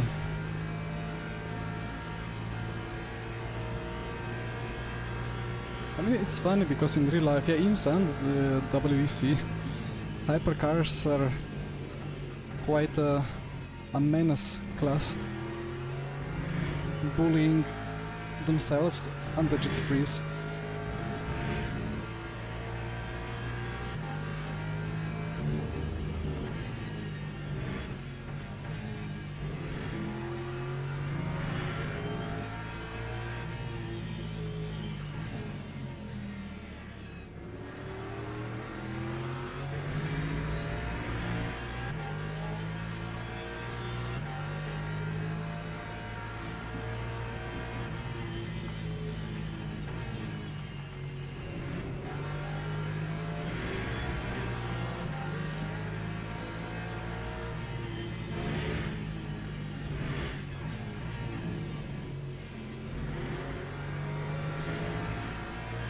Does a mind punt work if you mention it?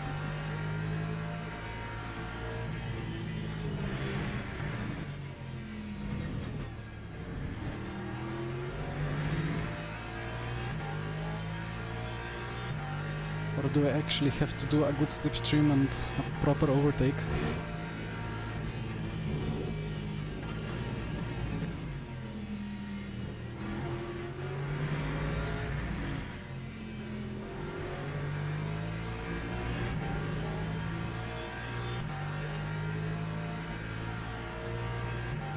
Road America.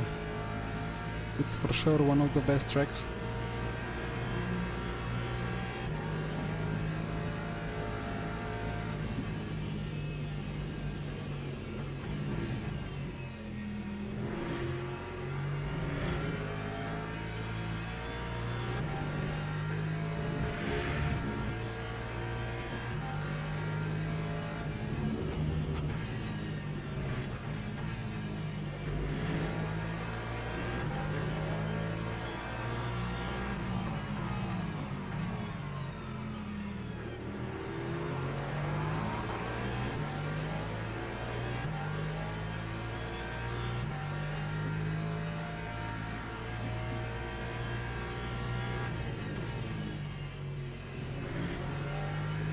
Just realized I was lifting coasting, but I actually have to burn fuel, not save it.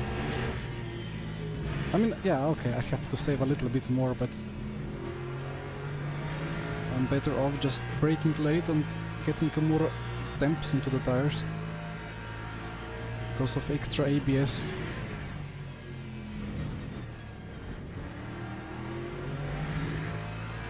And the McLaren is really good at putting the power down.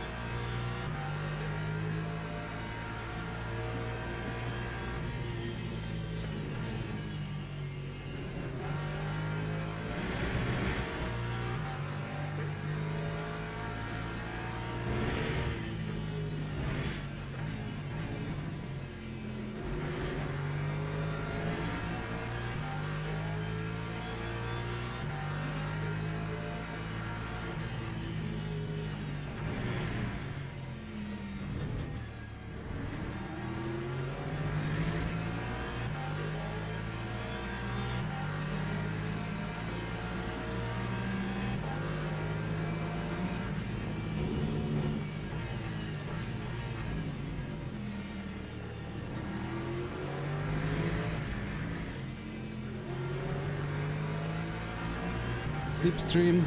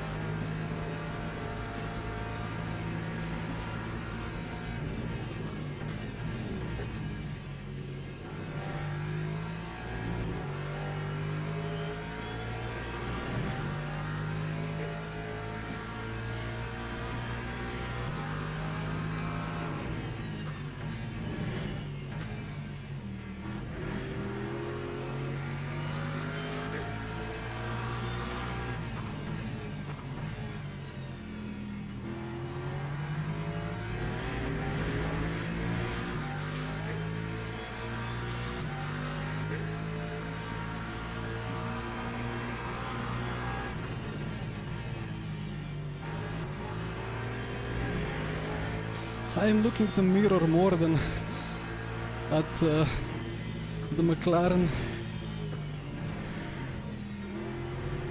And that's a lap car in the mirror, so...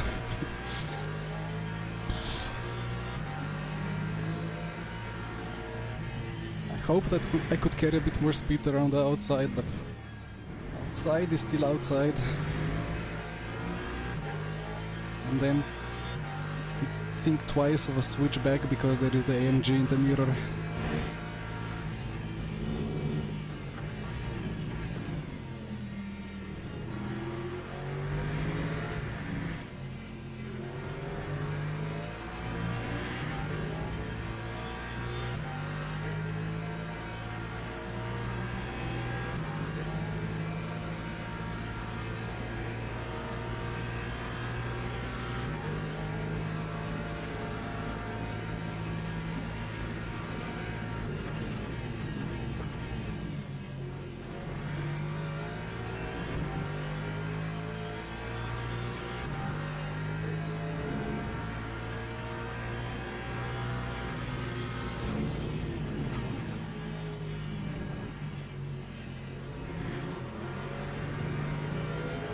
That AMG wants to go for it.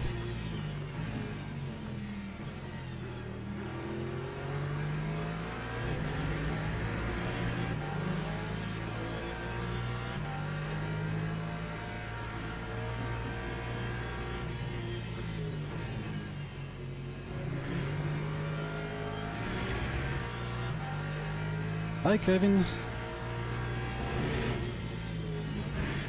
Good news for VC. Oh, the VC is gonna be so good.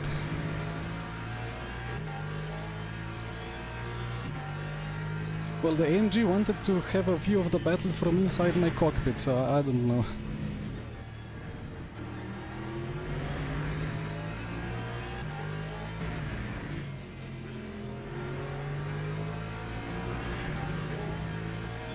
What? He had a cut, right? Maybe he's on the limit of the cuts. Does that qualify as a mind punt? Not really. Or maybe.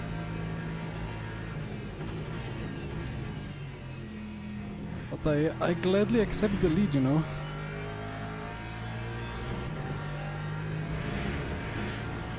Oh dear, what am I doing?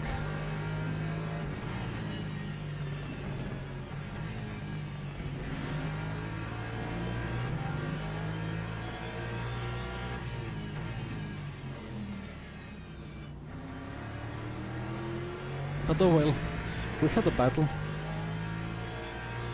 and we had the overtake. It was two separate events, but alright.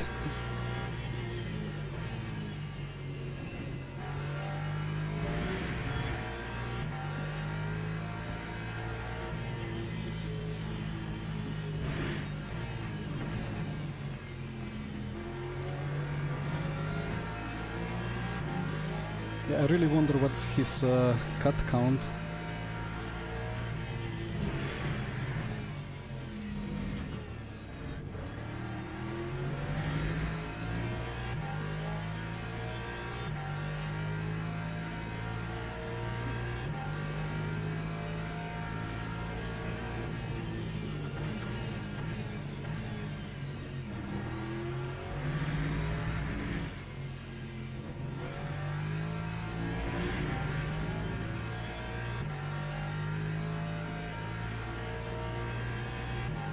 So in theory I should now do some 43s and absolutely run into the distance.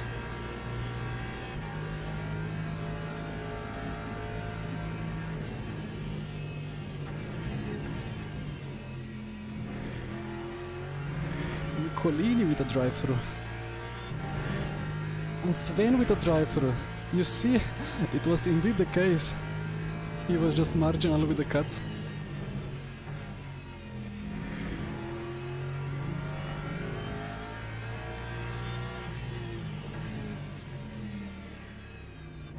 Well done.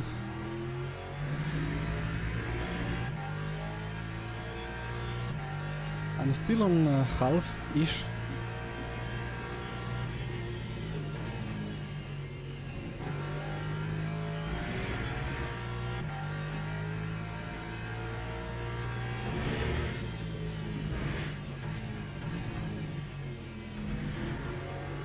So I guess I go for the plan F for fastest lap and crash.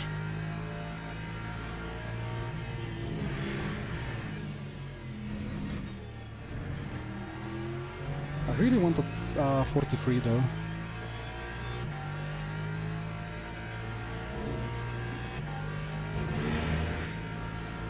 Well, I have already won, but still.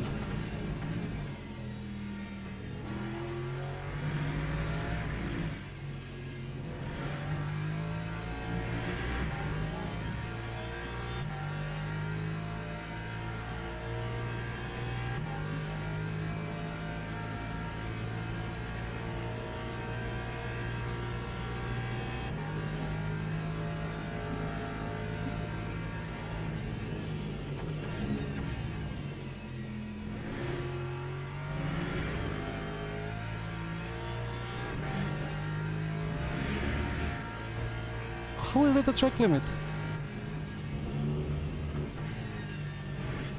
What?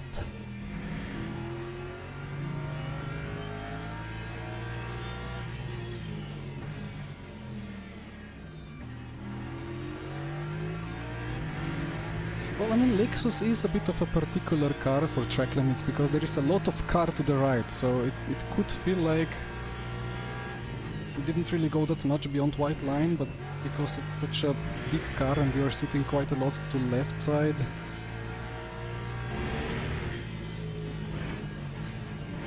Sometimes you get these weird track cuts that feel like you're still 1 meter within the track, but then you check replay and you're just like 1 millimeter off with all four.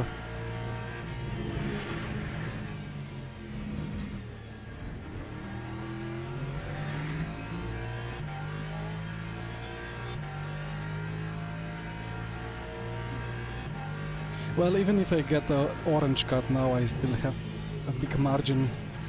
Just brake.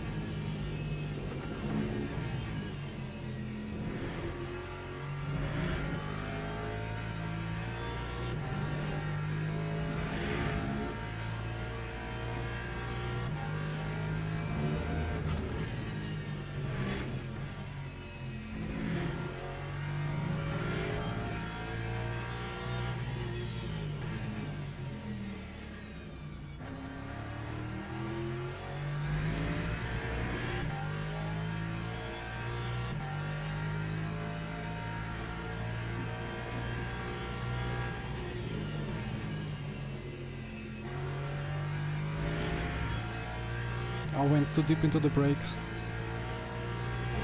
Like, how to even put it into words?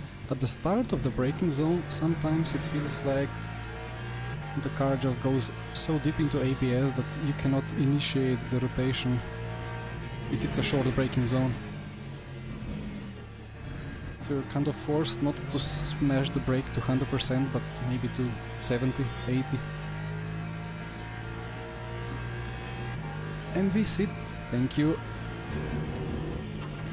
Well, it was kind of made a bit easier this race for me with the hypercar crashing off Bolesny and then Sven drive-throughing himself.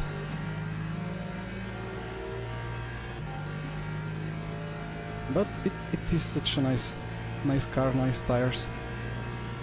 I will keep praising them.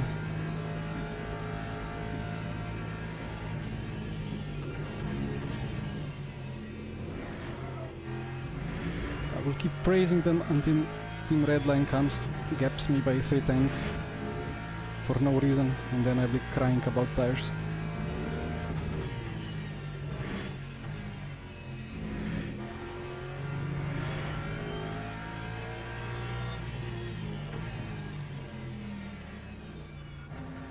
But that's esports, that's not fault of tires, that's fault of psychological torture of esports lap times. Yeah, I want to keep on track for 3 minutes, plus I want another PB. Or not PB, just fastest lap, you know.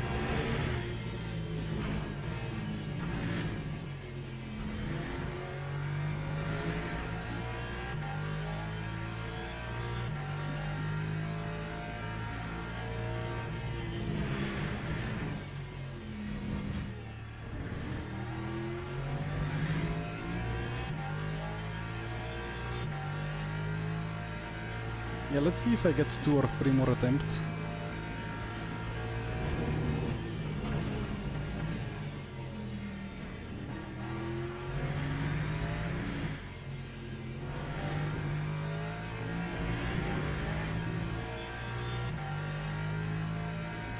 Really fastest lap award. I see. No, I mean, I guess I already have it. But we will see in the live timing after the race.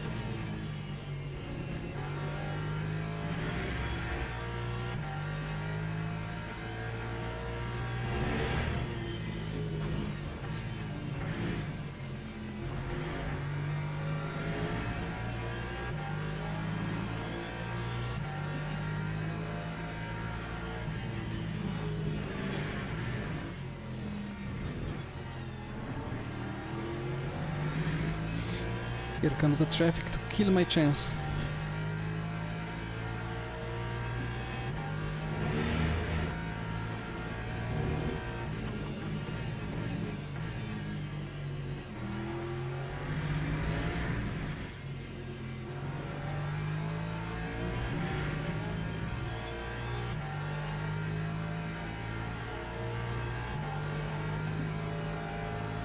Come on. Yes. Well, it's a fastest lap for me. Maybe I can do another.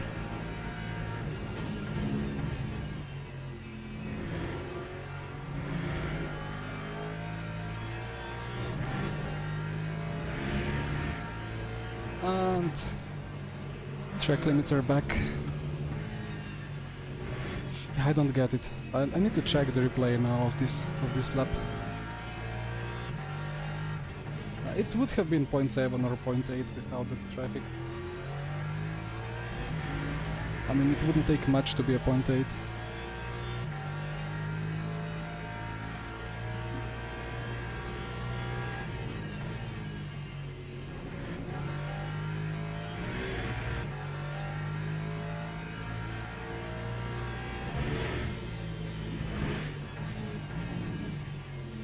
Just making sure that the leader is finishing now. Yeah, he will now take the checkered flag. So it is indeed the last lap.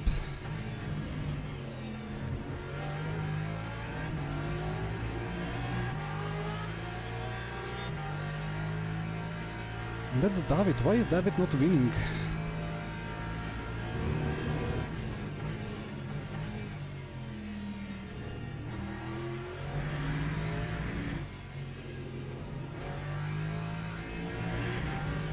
Okay, well, it's been a race.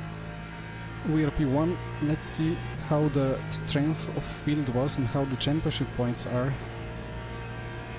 But across the line, very, very nice. Right, so I said Barrier was P2 in the end with the Ford. Interesting.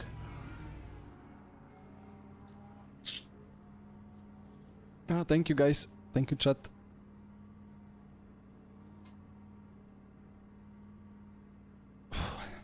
I enjoyed this one. I thought I'll be a little bit off pace, to be fully honest. I wasn't particularly confident in myself, but the car very quickly gave me quite a bit of confidence already in lap 1. And then the Aston started dropping down the order. Right, I said I'm gonna check for the cut. If the replay cooperates.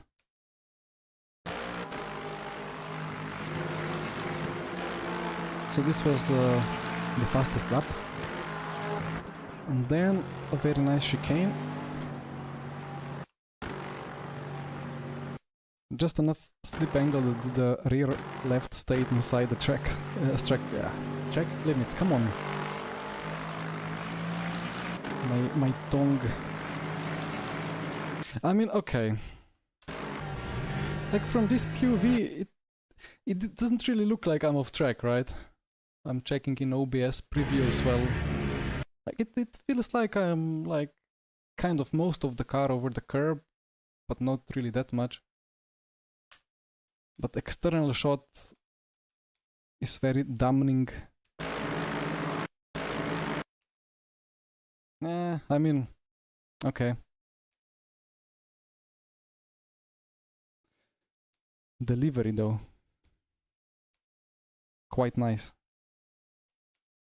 I need to make some screenshots now that actually I have the footage from the races where I was able to actually drive with delivery. Tire change OP. I mean, in the end, I don't know. Maybe I would have pulled a gap anyway. Felt like it was... If I lost more time, if I was like stuck behind one Aston, it's like Aston plus the two cars that were ahead, then it could be an issue already to overtake all of them.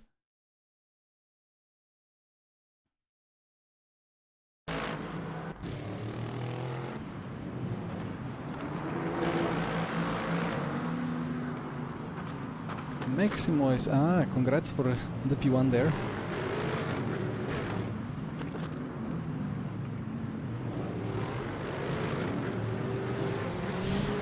Maybe he got a little bit of damage there. Probably not too much. But it's just the worst, because I have 13 visible cars and it really takes a toll on the PC performance to get more than 13 or like more than 15.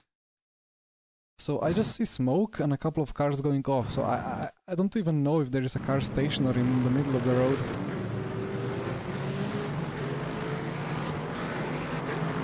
It ended well.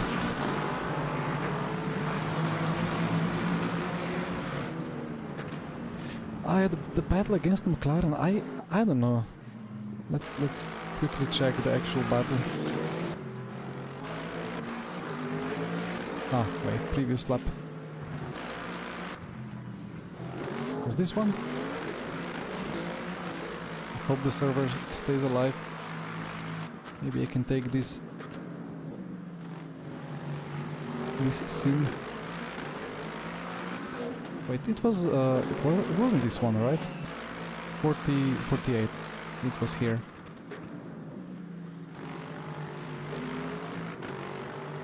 A very nice switchback.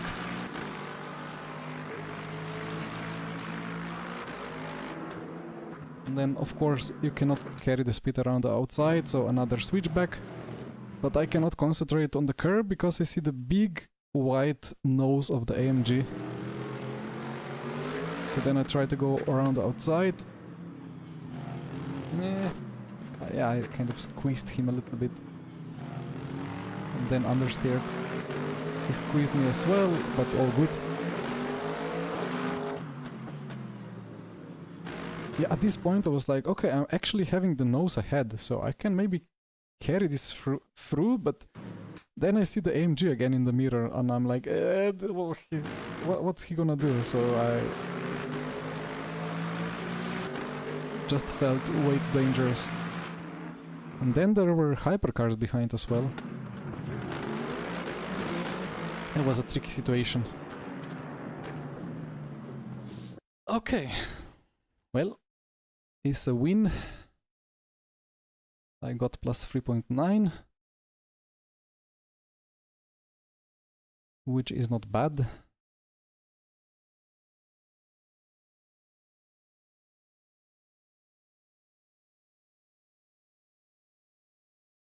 $297 points. What does that mean?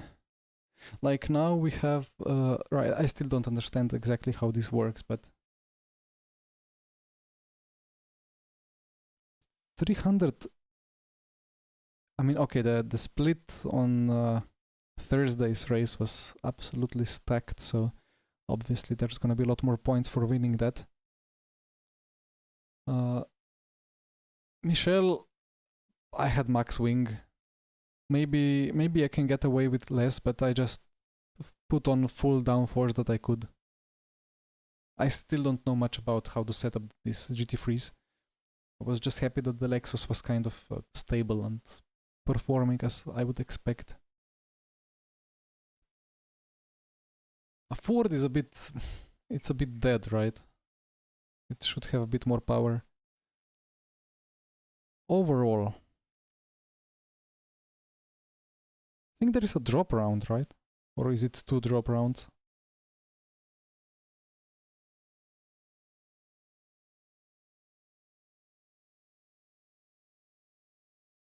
So in the end, it's not gonna be that much of a disaster if these standings overall even means anything to me. Yeah, I'm gonna try to do all these races on Thursdays. Let's see how round 3 goes, because I cannot lose much time preparing for it, because I'll be esporting Le Mans.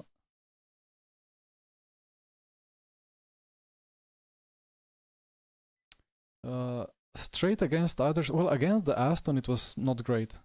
But if I stayed very close, I would be able to launch one on the inside, or like make a switch back from the second chicane into Tosa.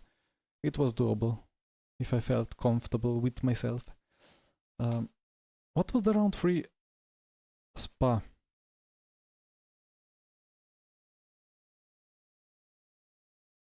I mean, I have a setup for Spa already, but I need to work on it. And I don't really have much time to work on it, but I'm gonna do it. Whatever happens, should be a great race if we survive lap 1. 1000 to P10. Oh, that's that's tricky. Yeah, I mean, I didn't have to save that much.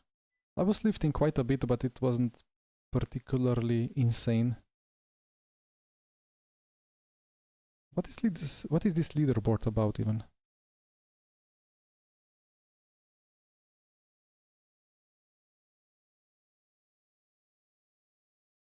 Either way, let's call it a night. I'll have a nice quick dinner and tomorrow 0 laps. So enjoy whoever is gonna stream if you want to watch some streaming. But see you on Tuesday, guys. Have a nice Sunday. Oh, my brain is absolutely dead somehow. It takes a lot of focus to stay on track with these tires. It's not like, it feels like that those ACC endurance races or even iRacing endurance races, I just had to focus much harder because I didn't know how to what to expect from the cars. So my brain was dead, and it's like that now. So time to rest. Bye bye. Have a nice Sunday, nice start to the week. See you next time. Bye bye.